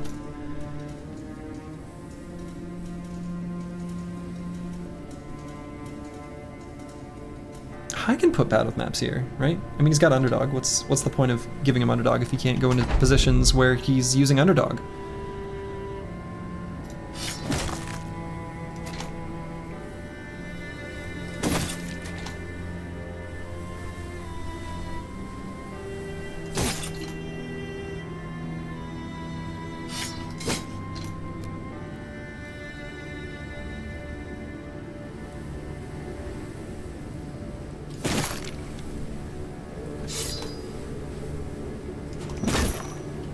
Ka-chunk.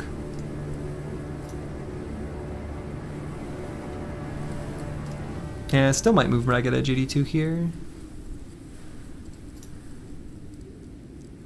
I'll wait till the second half of the round.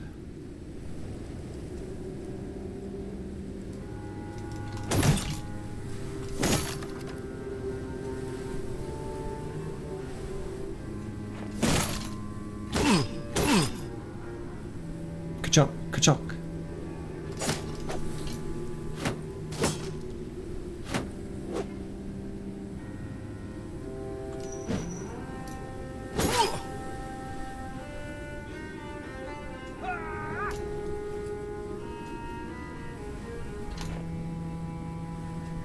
And I think I'll just go here just for surround bonus. Feels kind of weak, but we got no mastery, we got no weapon mastery on that fatigue neutral. Not what we would have wanted, but it's fine. Let's see, I think I can probably put Nara Knight here. Contribute to the surround bonus for Cola.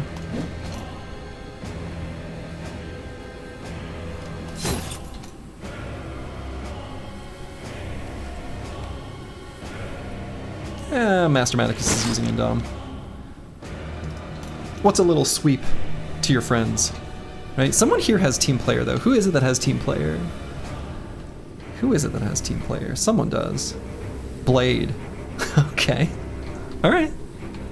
That could end up being relevant.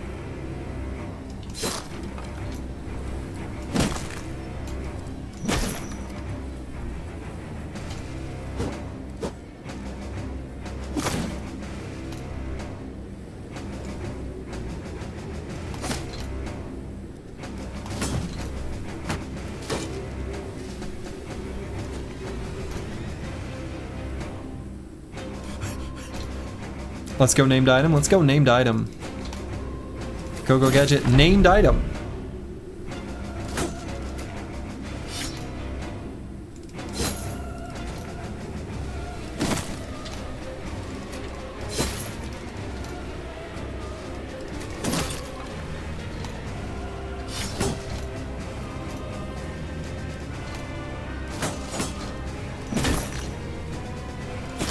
All right. Ooh, 2 shinies, 2 shinies, 2 shinies, 2 shinies. Let's go, let's go. Let's see what they are. First up, Lars the Marauder's Gilder's Shining Ward. It's like Nimble Forged, right? Interesting. It's pretty high durability.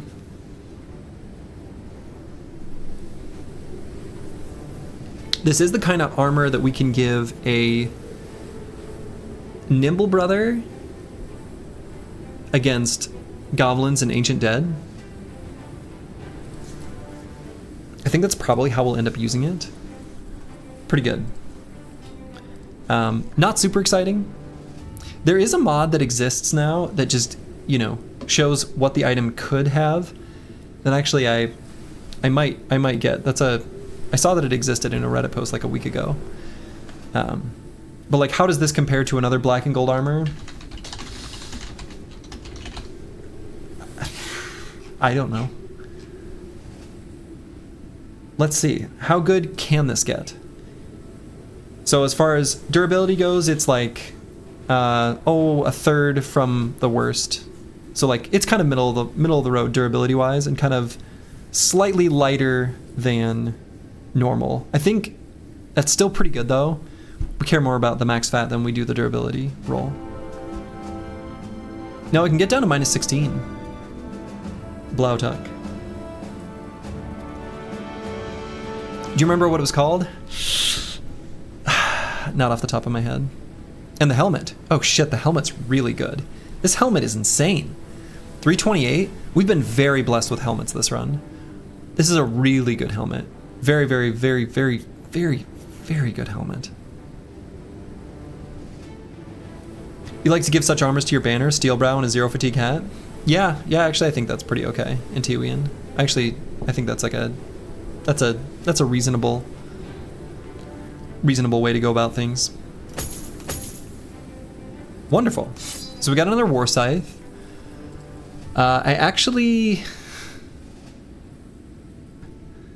Yeah, I don't know.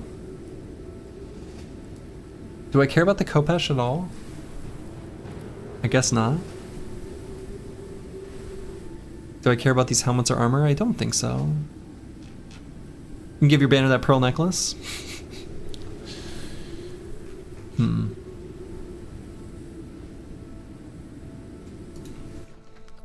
Alright. Well, that was pretty good. Like, pretty happy with that. So let's plop this helmet on Ragged Edge 82. Somehow this is the worst of the famed helmets that we found, and it's like insane. It's so good. Named item stat viewer. Nice. Thank you, Rufin. Thanks for finding that. So yeah, like we could give this helmet to No Man 1220. I actually think that's pretty okay. We can put him in more dangerous spots now.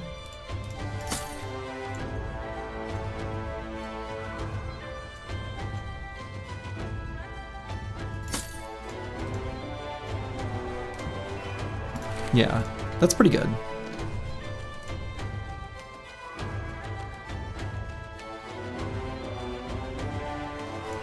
And what helmet would I want to pair it with?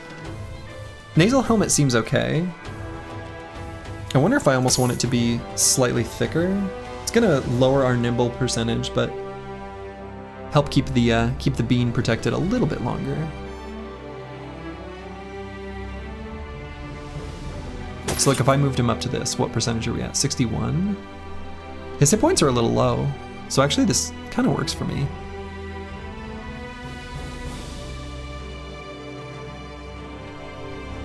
All right, I think that's fine.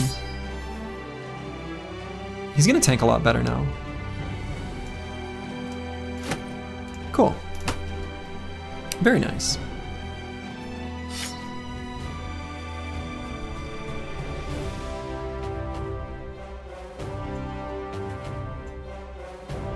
Why is this scimitar not equipped?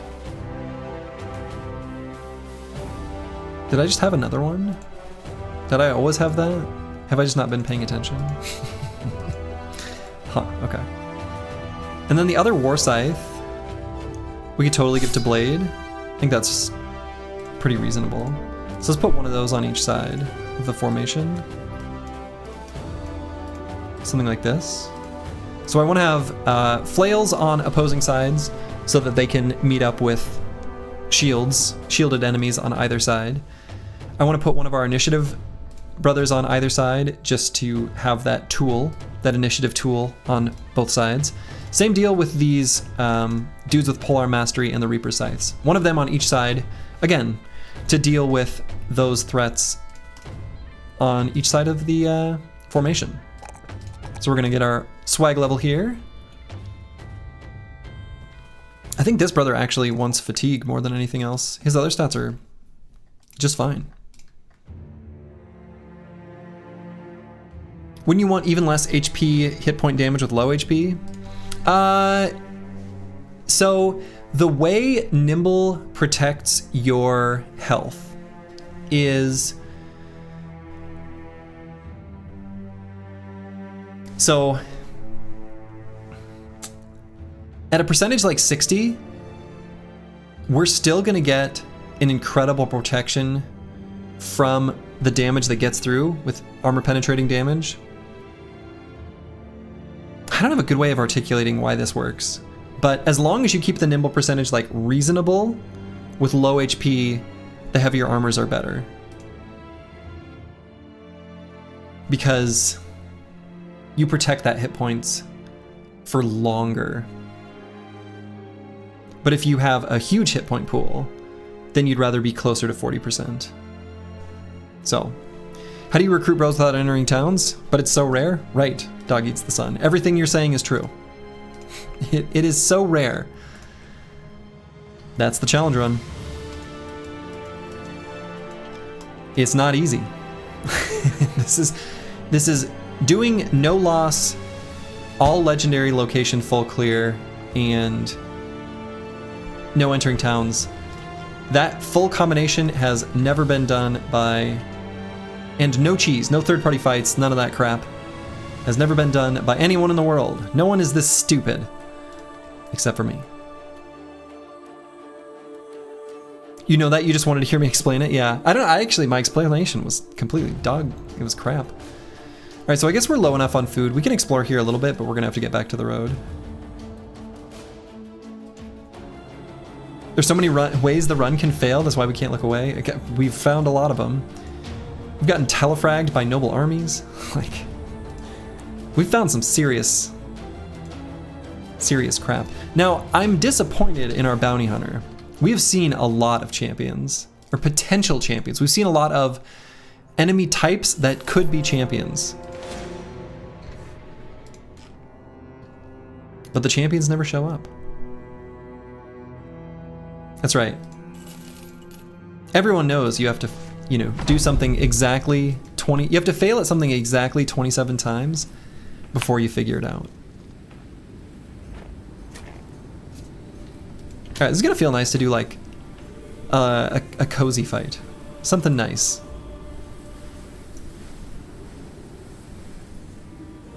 Let's see, do I scoot and shoot?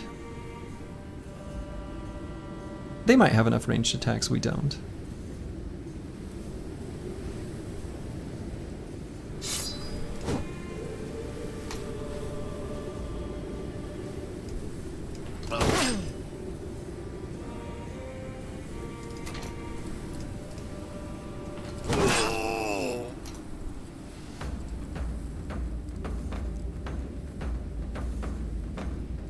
Everyone knows this. Everybody knows.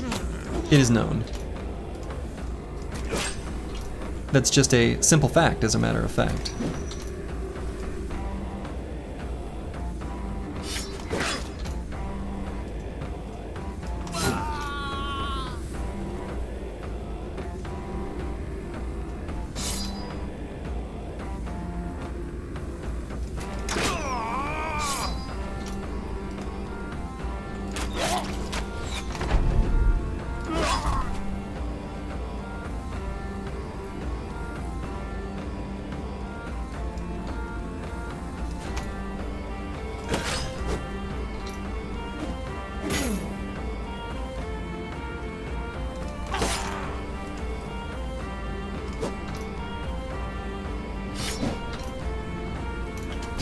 Team's not very accurate, though.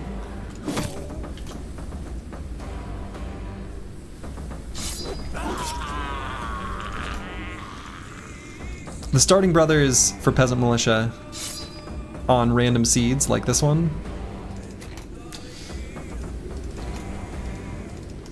They're often just crap. Like, they're just crap. Our melee skill is just not good. Alright, we got this hide and bone armor. That's actually pretty good. Hide and bone armor has the same stats as leather lamellar. Oh, well, we don't want these furs. Worthless. And we've got a full stack of throwing axes. That's good.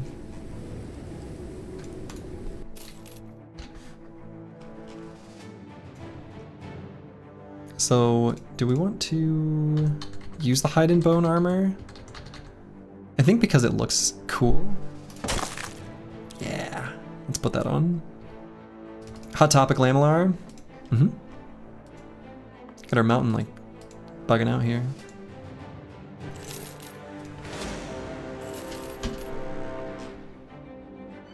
All right, so we got a cute little goblin camp and a unknown toppled ruin kind of thing. Misha Twitcher, thank you for the Prime sub. I appreciate that. Lamellar looks cool too. Yeah, the lamellar looks cool too. I agree, Pink Unicorn Lover. They both look nice.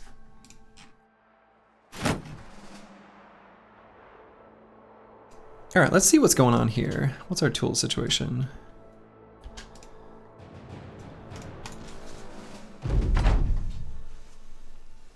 Ancient Dead. No fast ones though, right? So, no Necro, no Geists, huh? You've been enjoying the runs on YouTube VODs. First time you've been able to pop in live? Well, welcome, Misha Twitcher. I keep tripping over your name. But yeah, glad you're catching it, glad you're enjoying. Fortuitous that it's the run, right? You've caught the run, the legendary 28th run. How incredible.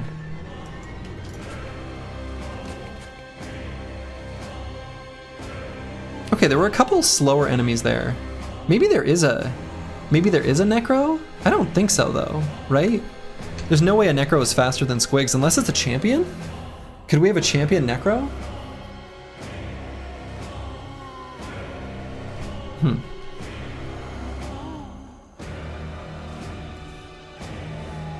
That would be cool. All right, so they can move 3 hexes. A little less through some of the bad terrain. I think there might be nachos. I think I just heard a nacho snort.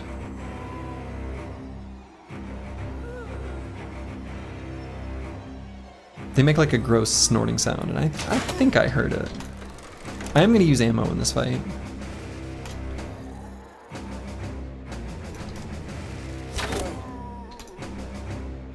Just one nacho? But when the cheese melts them all together, is that still just one nacho? Alright, so let's get Master Maticus down here. We're gonna have him hold the fallen heroes in place. Okay, yeah, that's a bunch of nachos. Alright. I'm not exactly sure why I didn't see them in the initiative order there previously.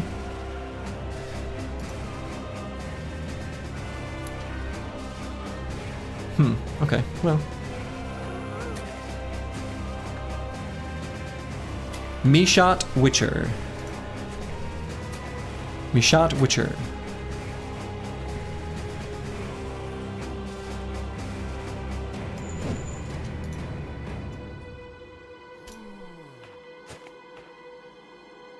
Yeah, so there's a fallen hero up there too.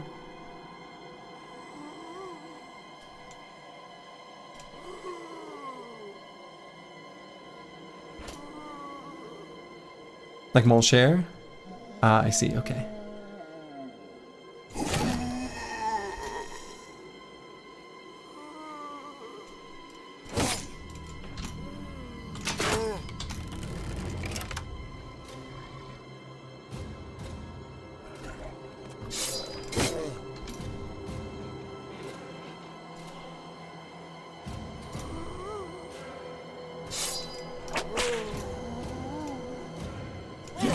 And we're gonna kind of hang on to some of our fatigue.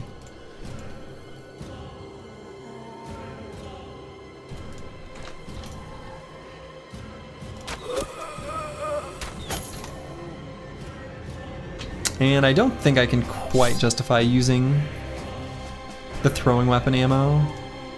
It's a little bit too valuable.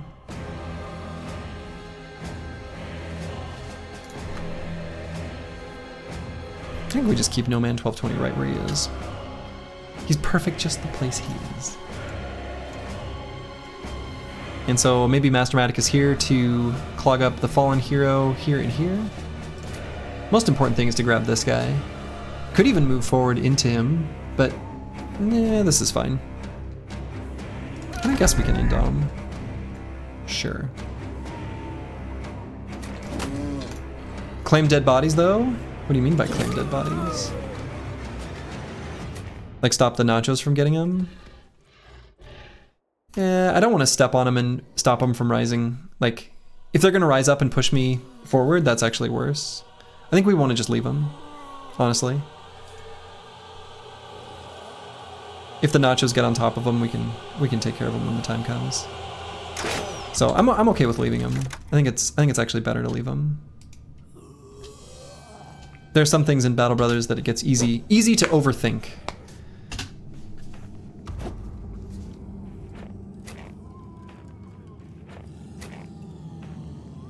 The push is scary. Is direction random when they rise under you?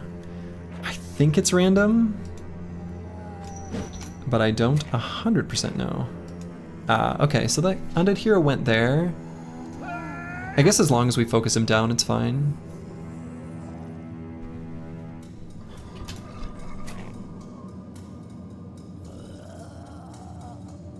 And we definitely don't want... I'm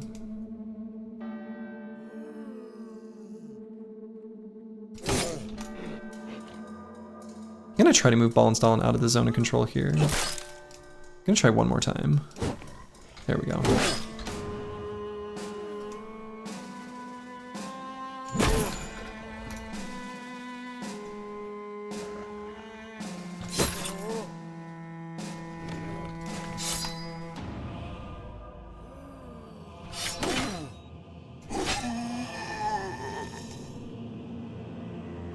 And we'll just stay right there.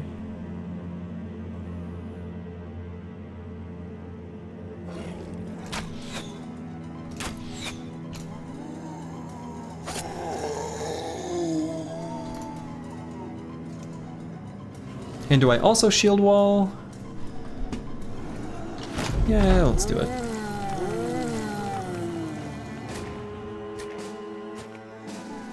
Okay.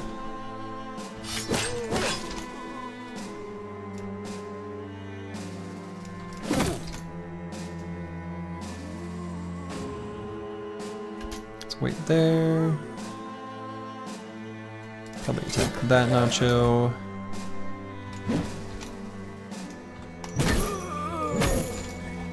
Wonderful.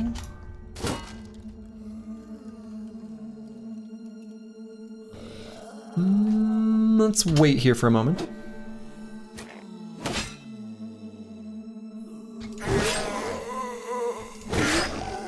Alright, big turn there by Ball and Stalin.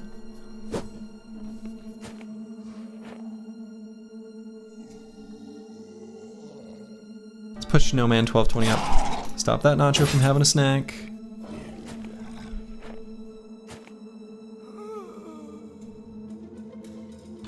Let's attack this guy. I was gonna hope we killed him to make a spot for the fallen hero to just slot in. I don't really want him here. It's fine. Like, I don't think it's too bad, but... almost tempted to attack this nacho here.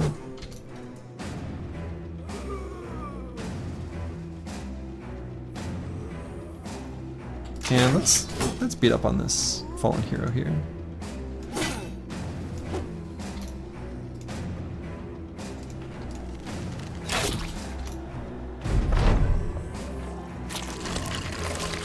Alright, so one of them got a snack. That's alright.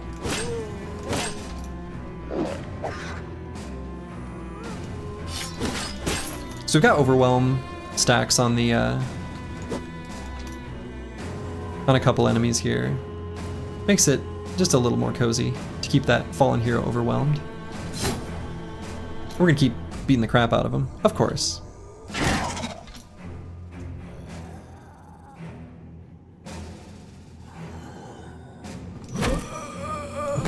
Cola, what a monster. What a monster. God, I'm looking forward to giving him the sensor.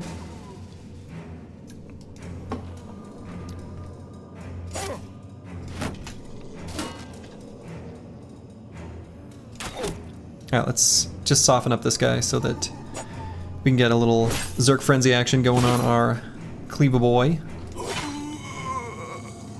So we got this Nacho fleeing, so let's move up into zone of control and then attack this little Zombo. Or, alternatively, we just swap to the War Scythe and, you know, do War Scythe stuff. Seems better.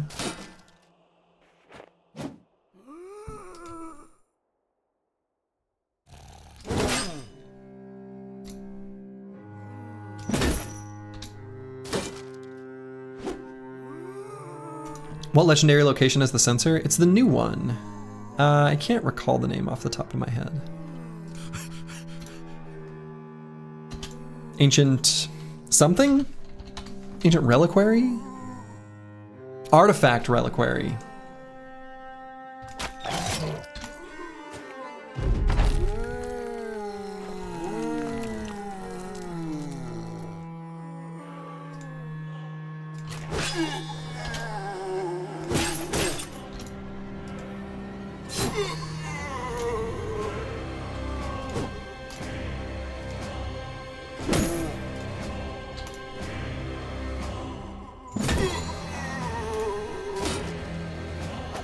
So we'll be doing that one relatively soon. I don't have a specific time in mind for when to do it, but we're not too far off.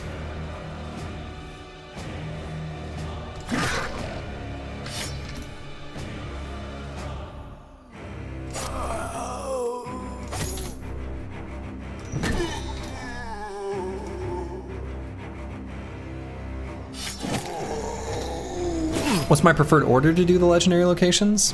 See, that's the thing, is that's the part I can't quite answer. Like, whatever order I feel like. Like, there are some I want to do before others. You know, Monolith, Goblin City, those two are probably going to be later. Sunken Libraries, like, also, I think in a normal run you can do it sooner if you just get like 12 dogs and you've got a couple good throwers. Since we don't have dogs, I feel like the requirements kind of go up. But that one we might do soon-ish. Does getting a 13th bro change any plans, by the way, since they need to get leveled up so they aren't a weak link by being too squishy? You know, they'll level up soon enough, or like quickly enough, that as long as they have just a couple levels behind them, they'll be fine. As long as we've got like a little bit of heavy armor on them and 9 lives, they can participate in every fight to a reasonably full capacity, just from a safe position.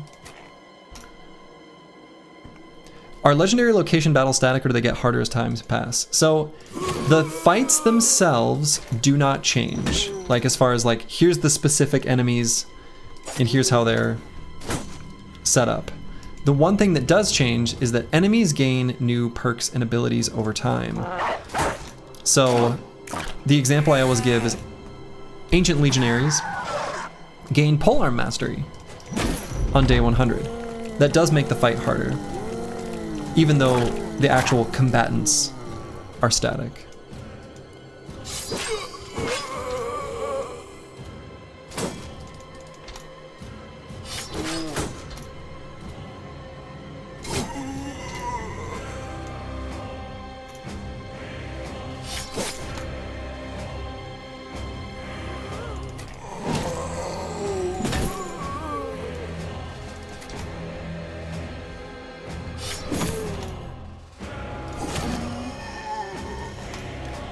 Do I like gunner banners? I do. I think gunner banners are awesome.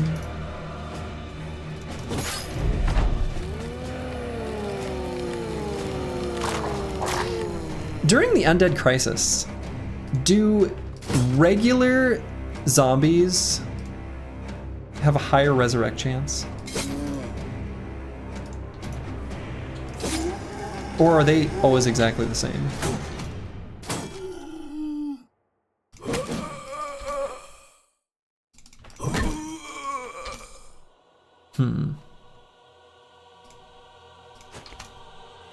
Sins doesn't like them? He probably just thinks they're overkill, would be my guess.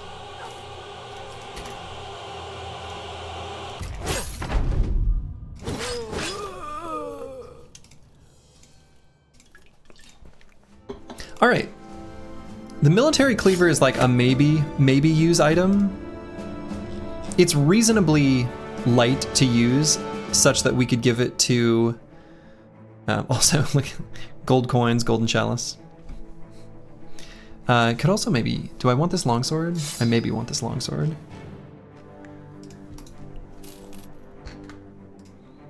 The longsword I'm thinking about giving to Ragged Edge 82. His accuracy is just crap, even with Backstabber. I'd rather it be a great sword, but I think he needs anything that'll help him, and this'll help him.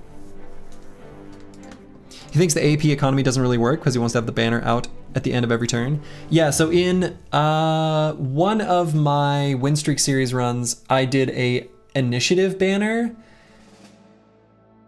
with initiative gunner banner.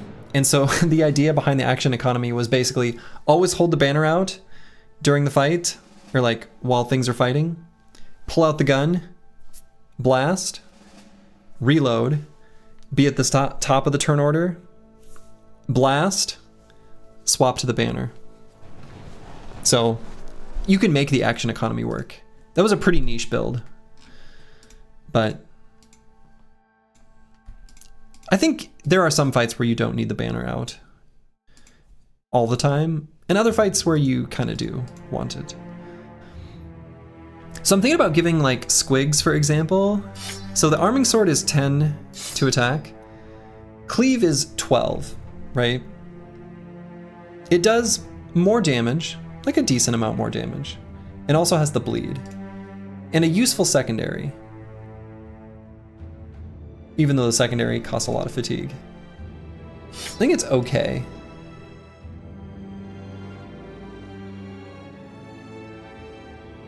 But not quite good enough. With Relentless then? Yeah, I had Relentless on that brother. But even then, I think it's like, again, I think they're fine. The action economy is just awkward.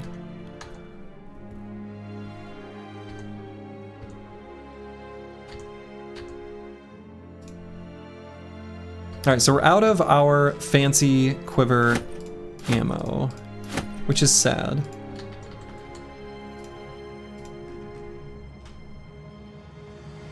You watched some Slug Zoo on my recommendation. He was slapping bags and belts on most bros, supposedly for the fat? Most bros? I am very confident it could not have been most bros. If so, he was either memeing or I don't know. It's good on a lot of bros. Most bros feels like that can't quite be correct. Unless he was playing some sort of weird mod or challenge run or something.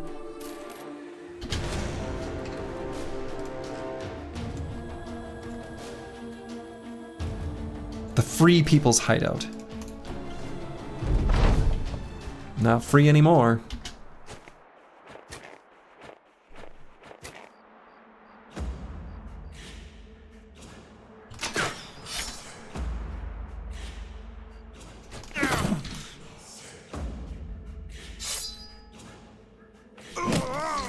They're about to be truly free? True. Dovcool shall set you free.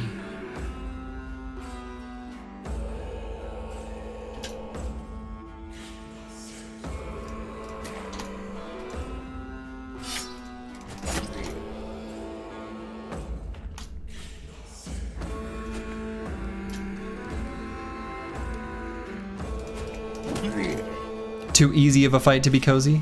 Too easy. Too easy to be cozy.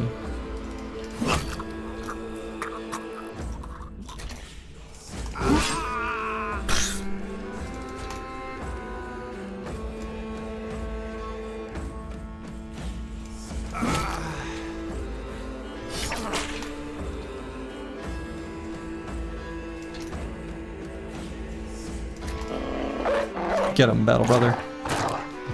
Do you remember which win streak run you had that banner? It was pretty early on. Maybe Southern Company? It was one of the early ones. Southern Company would be pretty close. It'd be one of the ones around that. I don't think it was Trading Caravan.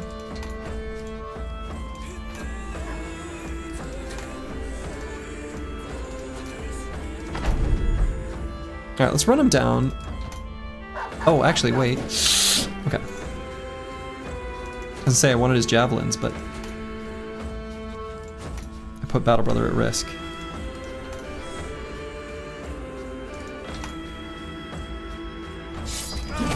Okay. Yikes. Fresh bundle of throwing axes. We like that. And nothing else here we care about. Just the supplies, as always. So let's head down to this little goblin camp. We can bust that, and then maybe head down to the road. See if we can bust a caravan or two, and then from there we can head out into the wild wilderness.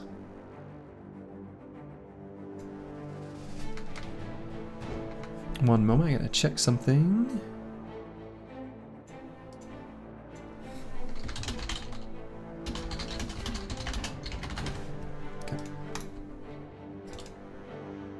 Let's see if we can get to this camp before nightfall. Probably can't.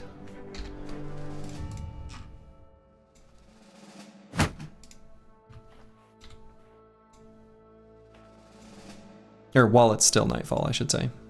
Before the dawn. That's alright. Ooh, are we gonna get some nets? Are we gonna get some nets? Oh boy. Any fights you're aiming to clear early to avoid those enemy perks, or not worth changing your natural pace? I don't think I'm really gonna play around it. I don't think.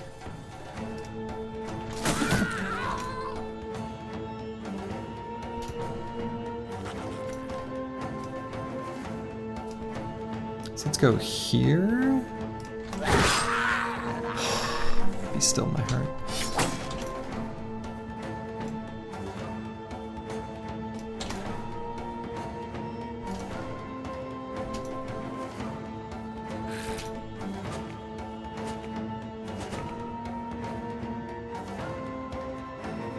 Wonderful.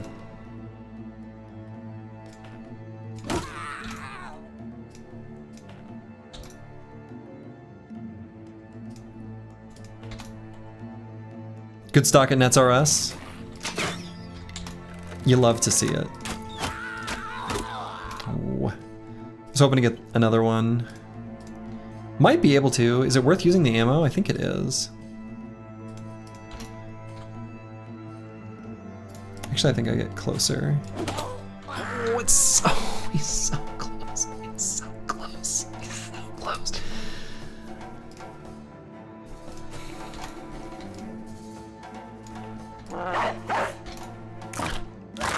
Good boy. Okay, now please live.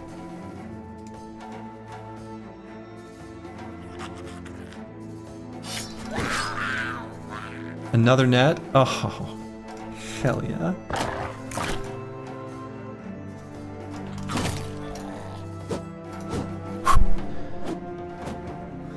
We risked Battle Brother's life, but he got us another net. A beautiful thing. Oh, 3 nets? Dude, that's so good. So, if, for example, there's a mercenary company with like a champion hedge knight. Oh boy. We get the daggers out, we pull out the nets, we party. 3 nets is really nice. And there's no other way for us to get them in this challenge run, except for mercs. Technically we could get them from mercs, but that's tough. And I think I am gonna grab these spiked bolas. It seems stupid, and it is stupid, but we might need to use these situationally.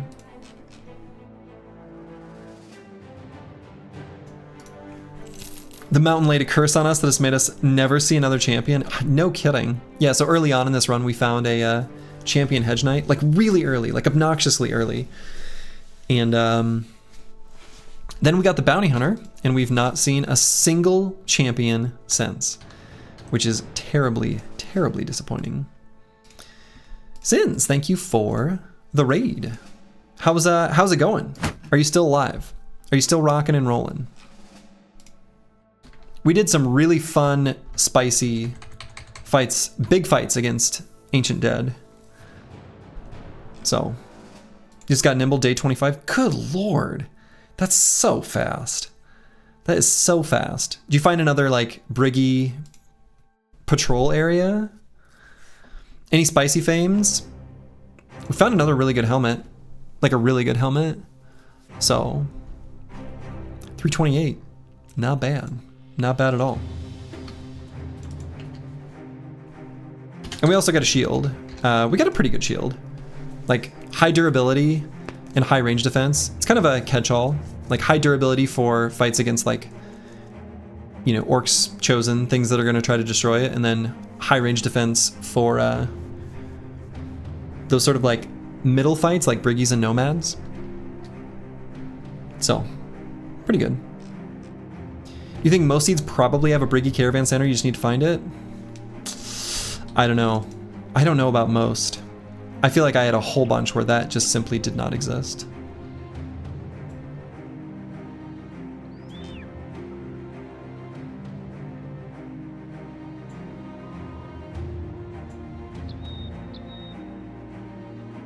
Day 25 Nimble's kind of insane though. That's so fast.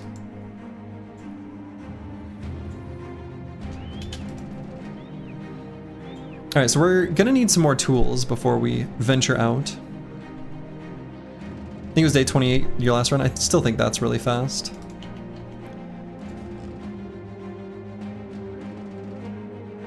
Like, honestly, that's really fast. I think in this run, we probably got it like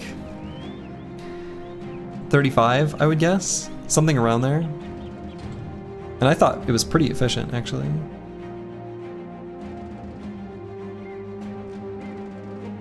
Efficient but careful.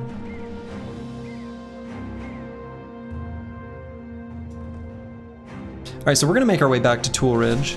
We need to replenish. We also just really need ammo. And so the ammo is probably gonna have to come from supply caravans. I don't think there's any arrow maker shed on this map. So that part sort of sucks about this seed, but it's all right. We only have one bro with throwing mastery anyway. All of our other ranged bros are using more ammo efficient things.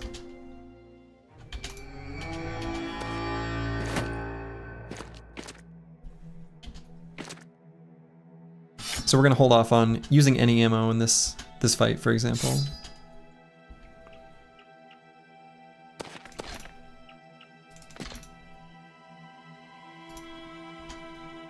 But we'll take our free crossbow bolt. We'll use that.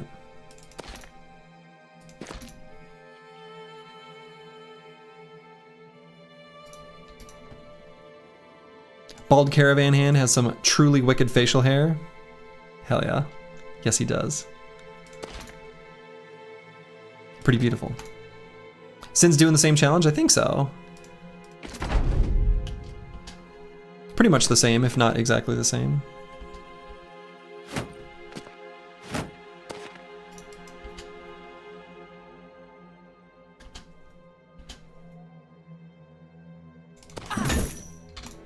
Oh, hit him in the head. Let's try to get this armor.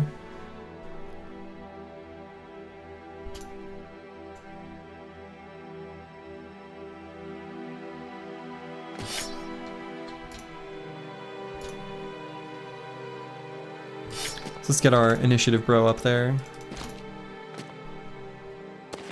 Get daggers before he even gets the chance to do a thing. Ho! Got him.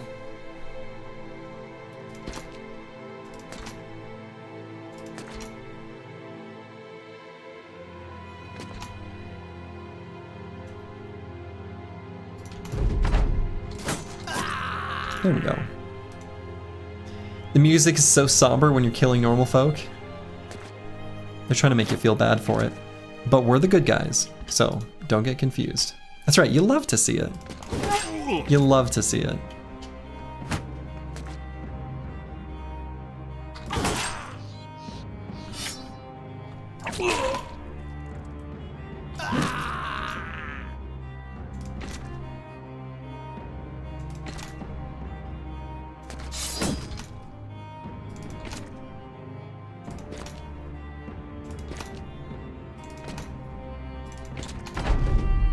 Alright, good. Nobody rising from the dead as a zombie. Because that kind of thing, you hate to see it.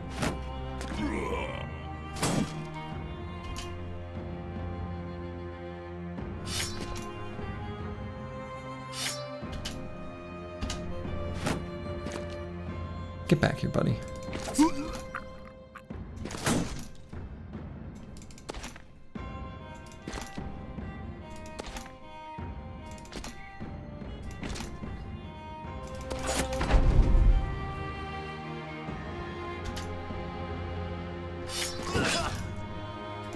You recently got your brother to start playing Battle Brothers. He said he was blown away by how good the music is. It is so good. It's very good music. All right. A little pile of bonus tools. And we got a padded leather. Not much. We do need some. We need tools, we need ammo. We just used all the ammo immediately, restocking, which is depressing. Actually, I should replace those, huh? And then, do I want to use that armor? I don't think so. I think I'm pretty happy with what we got equipped. Oh yeah, another shiny we got was this Lars the Marauder's Gilder's Shining Ward. Kind of a nimble forged piece. So, it'll work for us. Let's not be too close to any town. I guess we could try to plan our next event around being up in this region of the map too, again.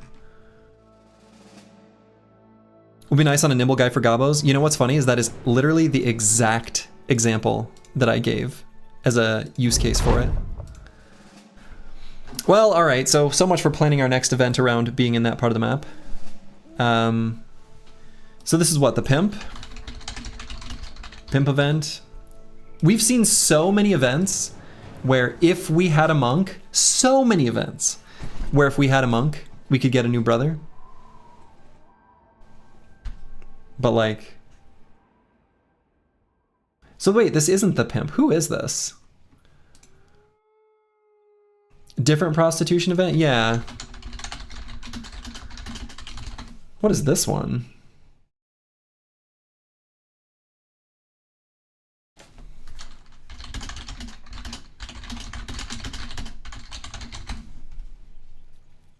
Pimp and Harlots. Aha. So you got a deal for a good mood. And how about you just hand over your valuables?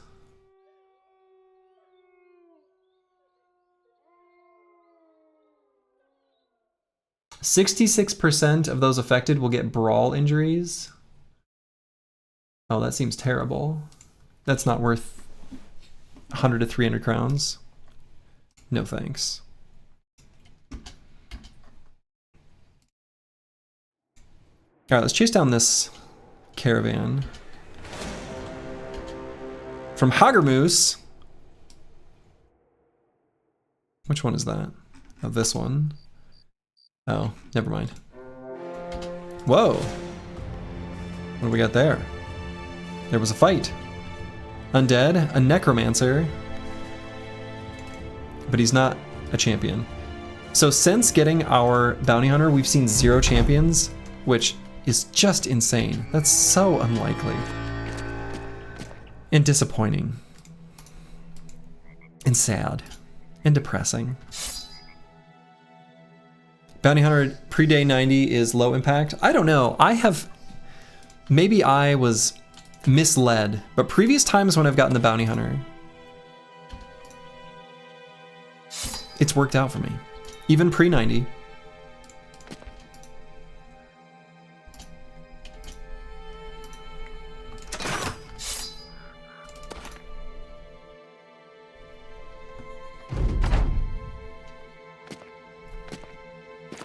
There have been so many opportunities. I mean, we fought a plethora of Ancient Honor Guard. And then we fought another fight with a bunch of Ancient Honor Guard. Not a plethora, but, you know, whatever.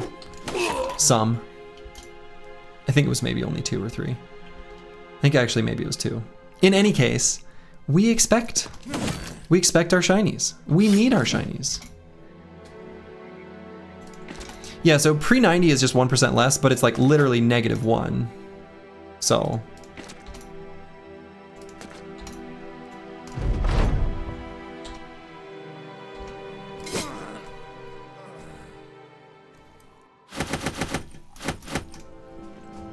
Got some bonus ammo here. That's pretty nice. Anything we want to leave behind? I kind of feel like there's definitely things I want to leave behind. Like the completely broken stuff. We don't want that. Honestly, these 150s are questionable. Cool.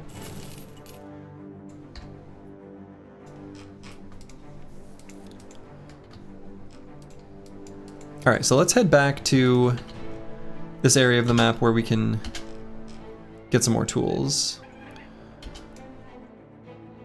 I wonder how close we are to the 3rd retinue slot. Right, 2250. Yeah, we're a decent amount away from that.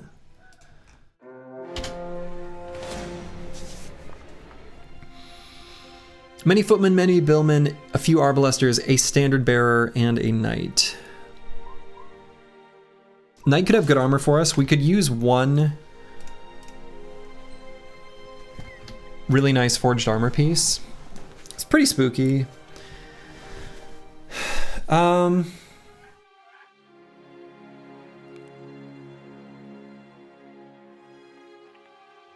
Can noble knights have a bonk? No, I think they always have something plus shield.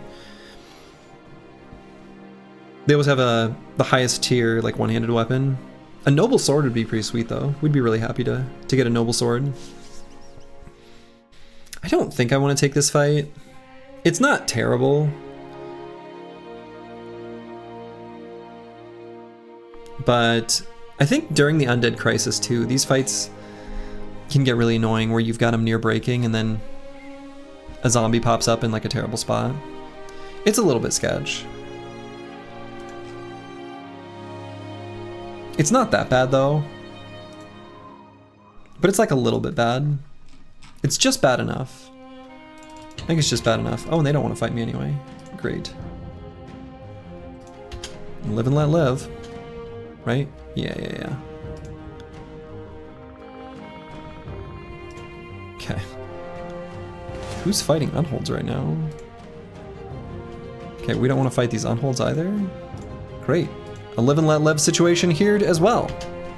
Briggies. Okay, sure.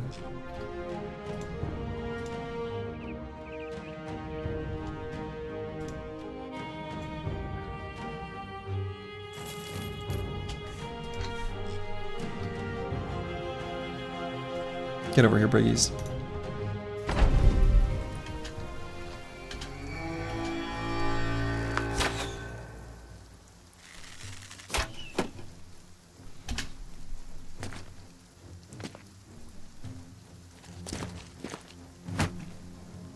Come to me, Briggies. There we go. That's what I want to see. Get over here. Get over here.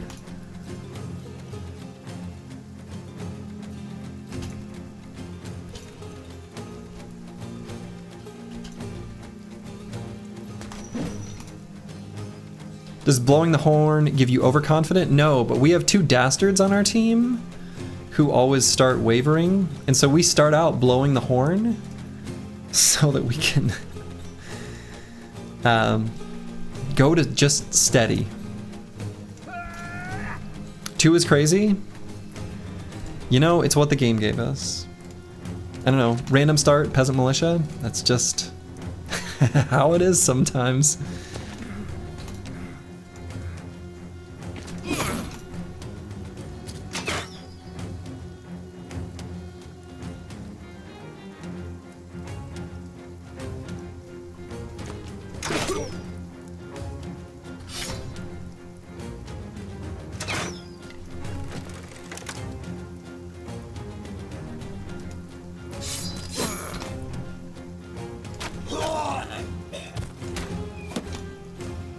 Is it considered cheese if you get advantage of the result of a fight?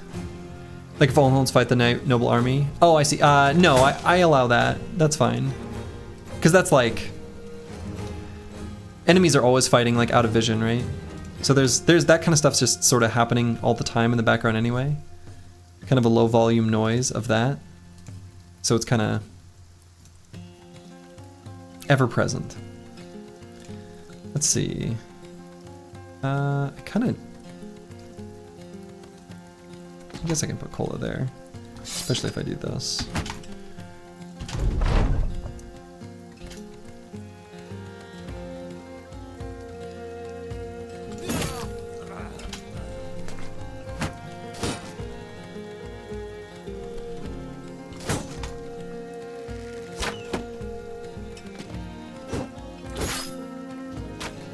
Take note that during fights I'm like these, where there's still lots of enemy ranged units, and I do the same thing against nomads, that I'll leave like this block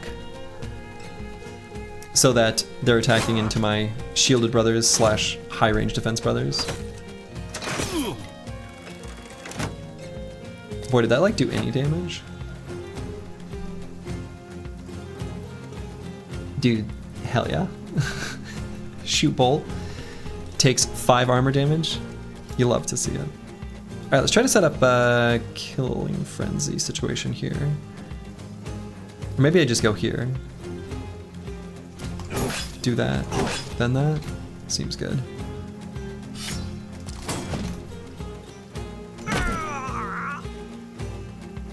Flail go burr.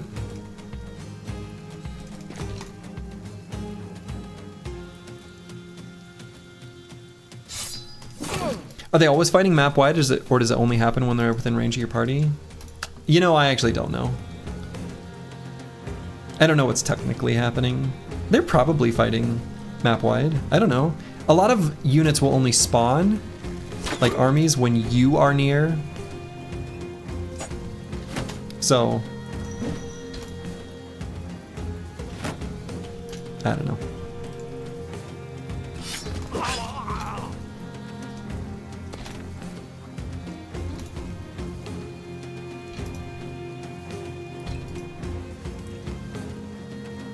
Yeah, screw it, that's not bad. Random zombie.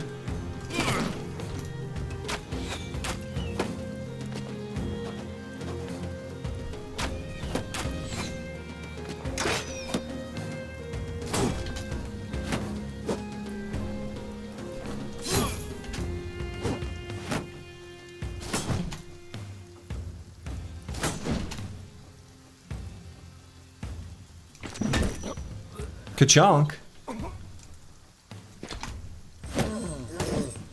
That's right, beat the crap out of that zombie.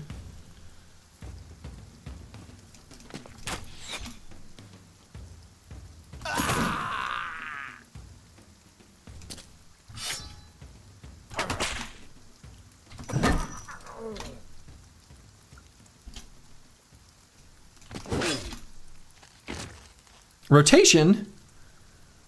Oh no, that was actually a really good rotation. Okay, he didn't make the he did not make the most of his turn, but all right.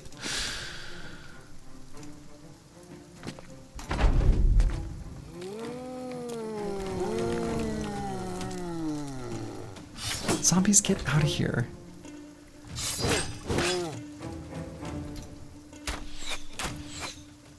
out of here, zombies.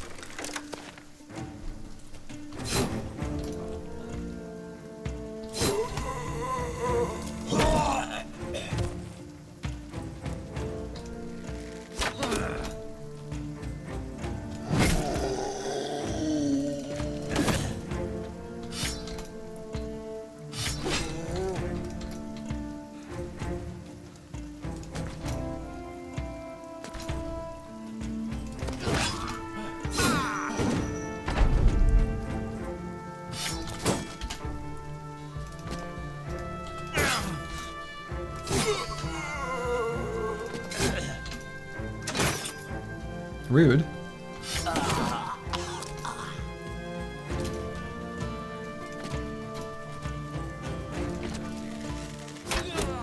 Okay. Little pile of tools and ammo. I'm gonna take this 8-sized quiver of bolts. We could use an extra. I'm gonna grab the padded leather. Anything else I want to take? No. Although that reminds me, now that we actually have ammo, I have to give these arrows back. And I'm gonna put a backup quiver on Squigs so that we always have bolts if we're out, you know, exploring and we run out of ammo. All right, bad with maps. Got a swag level. What stat do we want to increase most here? I think probably resolve. Do the resolve or hit points. Resolve feels just nice. More resolve, I think, with fatigue neutrals on the swag levels is usually correct. Swag level on Ballin Stalin. Here, I think we grab fatigue. Although we could grab 1 hit point, and that would be double the value, maybe we like that better. Putting us from 108 to 110 after we account for Colossus.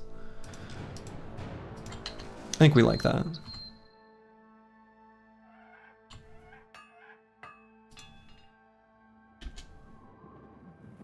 I suppose that Briggy camp, these Briggies must have come from a camp down there.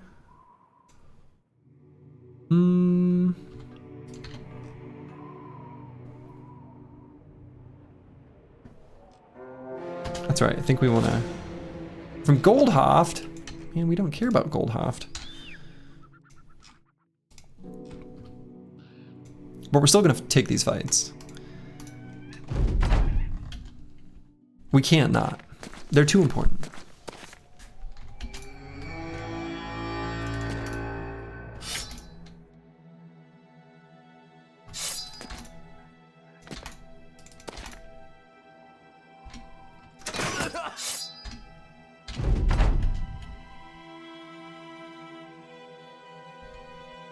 All right, come here, little caravan hands. Get in here. Get in here. Come on.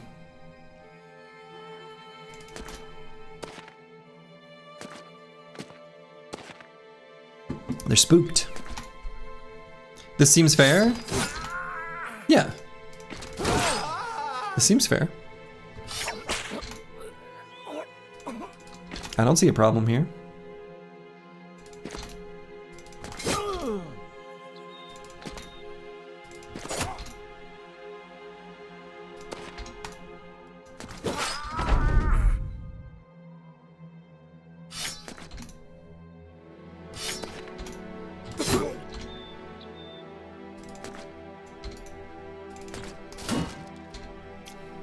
He blocked that. There we go. Cool. They chose the life of donkey herders, they pay the price. Exactly. Exactly. They chose that life. They're just simply dealing with the consequences of what they chose. 75 result isn't enough on a fat nude. What are you shooting for? I mean, it's more like... So, it's not exactly that it isn't enough. 75 is enough, but looking at this bro's stats, like, it's the one that I want to bring up the most. Hit points could be a little bit higher too, but once you get past 100, it's pretty nice. It's pretty cozy. But resolve is the most likely failure state. It's just like zone of control checks that you fail that maybe you shouldn't have, or that you wish you wouldn't have. And that's what we're preventing. We're trying to prevent. Can't believe we're back at the 0 tool life. Yeah. Yeah. So we're gonna try to get some of these tools, either it's from Salsfels or Hochgrub. So we're gonna chill in here. We're not gonna chill in here.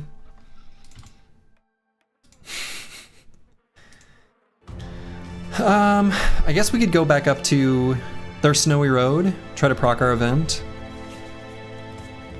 We at least give it the old college try.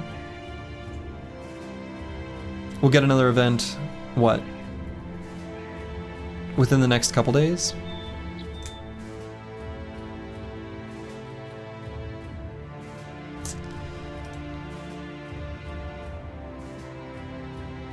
Let's try.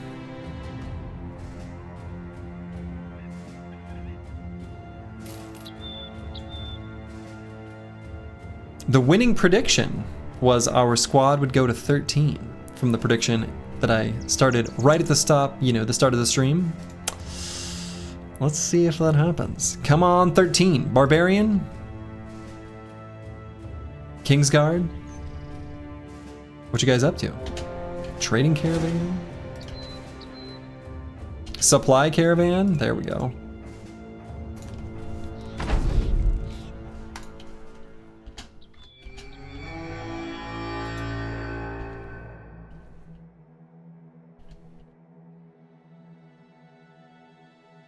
Are they really gonna remain stationary? Fine then. We'll shoot at them. They'll move this turn. Yeah. As soon as you can attack them, they don't like it.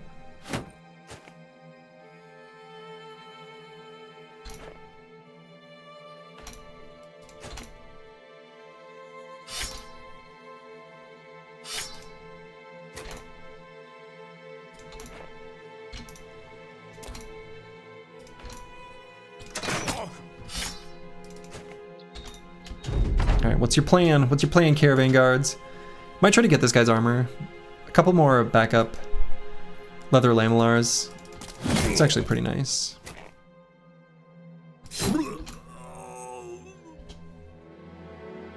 So let's try to procure that.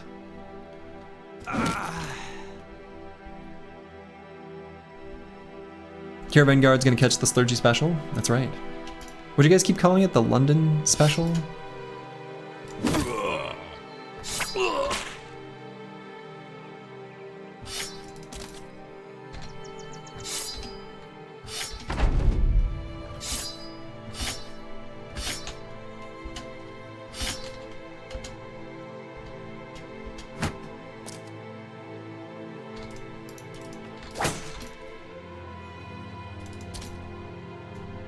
All right, let's get in there. The British Delight. This is like Turkish Delight, but different.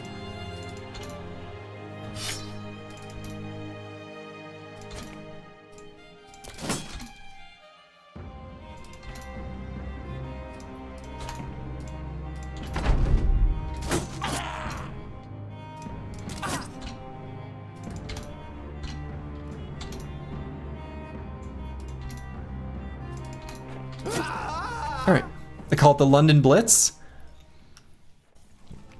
All right, we got the London Blitz, giving us a leather lamellar armor. And are there more things I can leave behind? I feel like there are. We're hanging on to too much junk.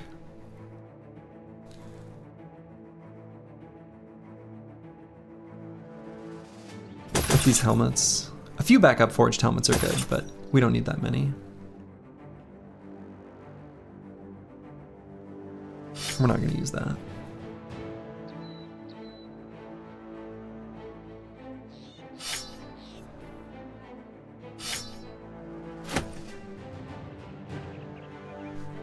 Okay, that's better. What about Caramel Delight? Caramel Delight's good.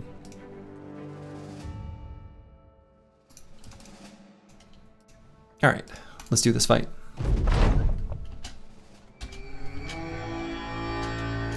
All fingers and toes still accounted for? All fingers and toes still accounted for. All right, so we're probably gonna scoot and shoot here.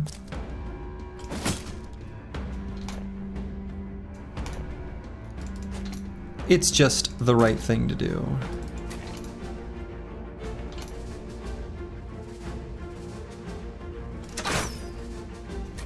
Got him. Got him again.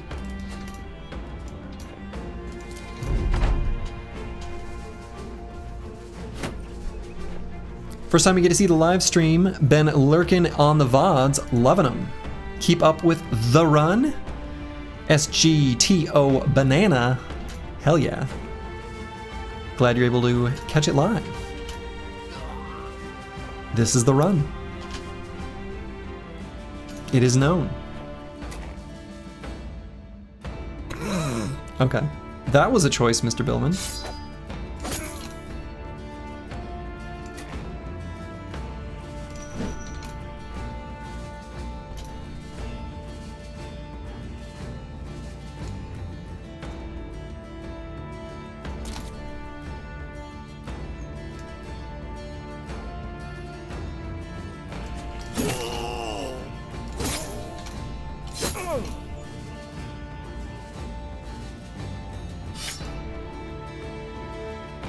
Actually, I think we'll leave that sword up. Bill Eagerman. Bill Eagerman. A little too eager. A little too eager.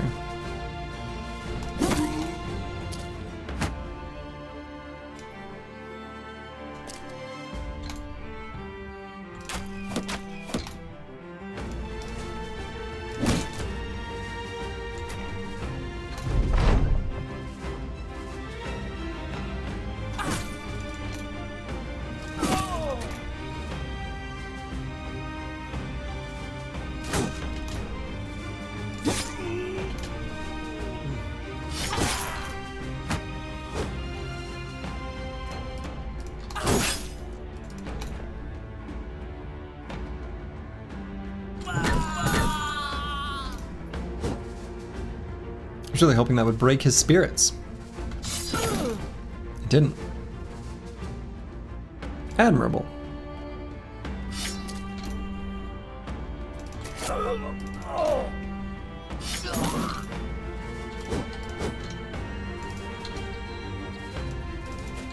Dude is resolved? Dude is resolved. He doesn't skip resolve day. Alright, 21 tools, good. We like that. Anything else here we want? I don't think so. Maybe this kettle hat with mail? I don't know. These are the kind of things that I was just throwing away. Nah, I mean... yeah. Have you been reminded that it's TTRPG time?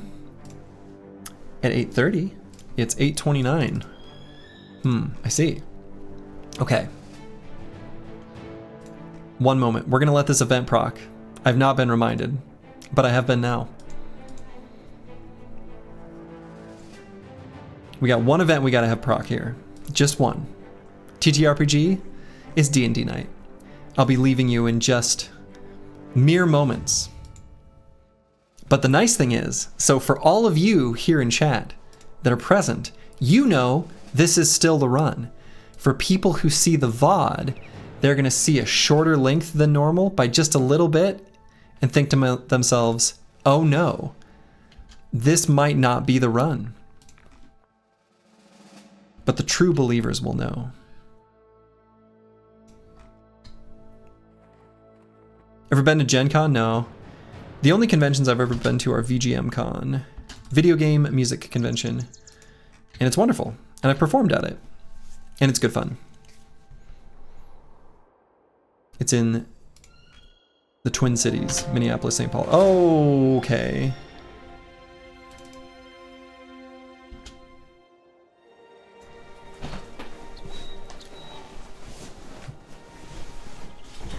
All right.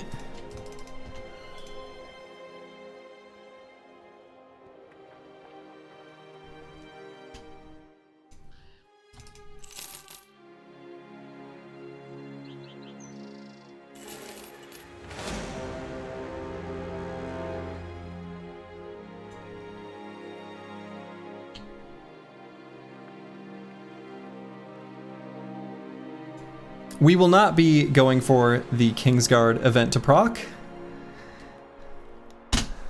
All right. We hang off a cliff. Actually, let's get a little further away first. All right. I will just have to remember at the actually, hold on. Let's do ourselves a favor. I'm gonna step on this mountain, and that's where I'll call it. Okay. All right. That's where I'm going to call it for the evening. So, I might be back tomorrow. I will let people know in the Discord. It is weather dependent, so I just literally don't know. And in any case, I will let folks know whether I am or am not able to stream tomorrow. I should know tomorrow, like midday. So, to all of you, wherever you are in the world, this is the run. Make it a good one. Ta-ta.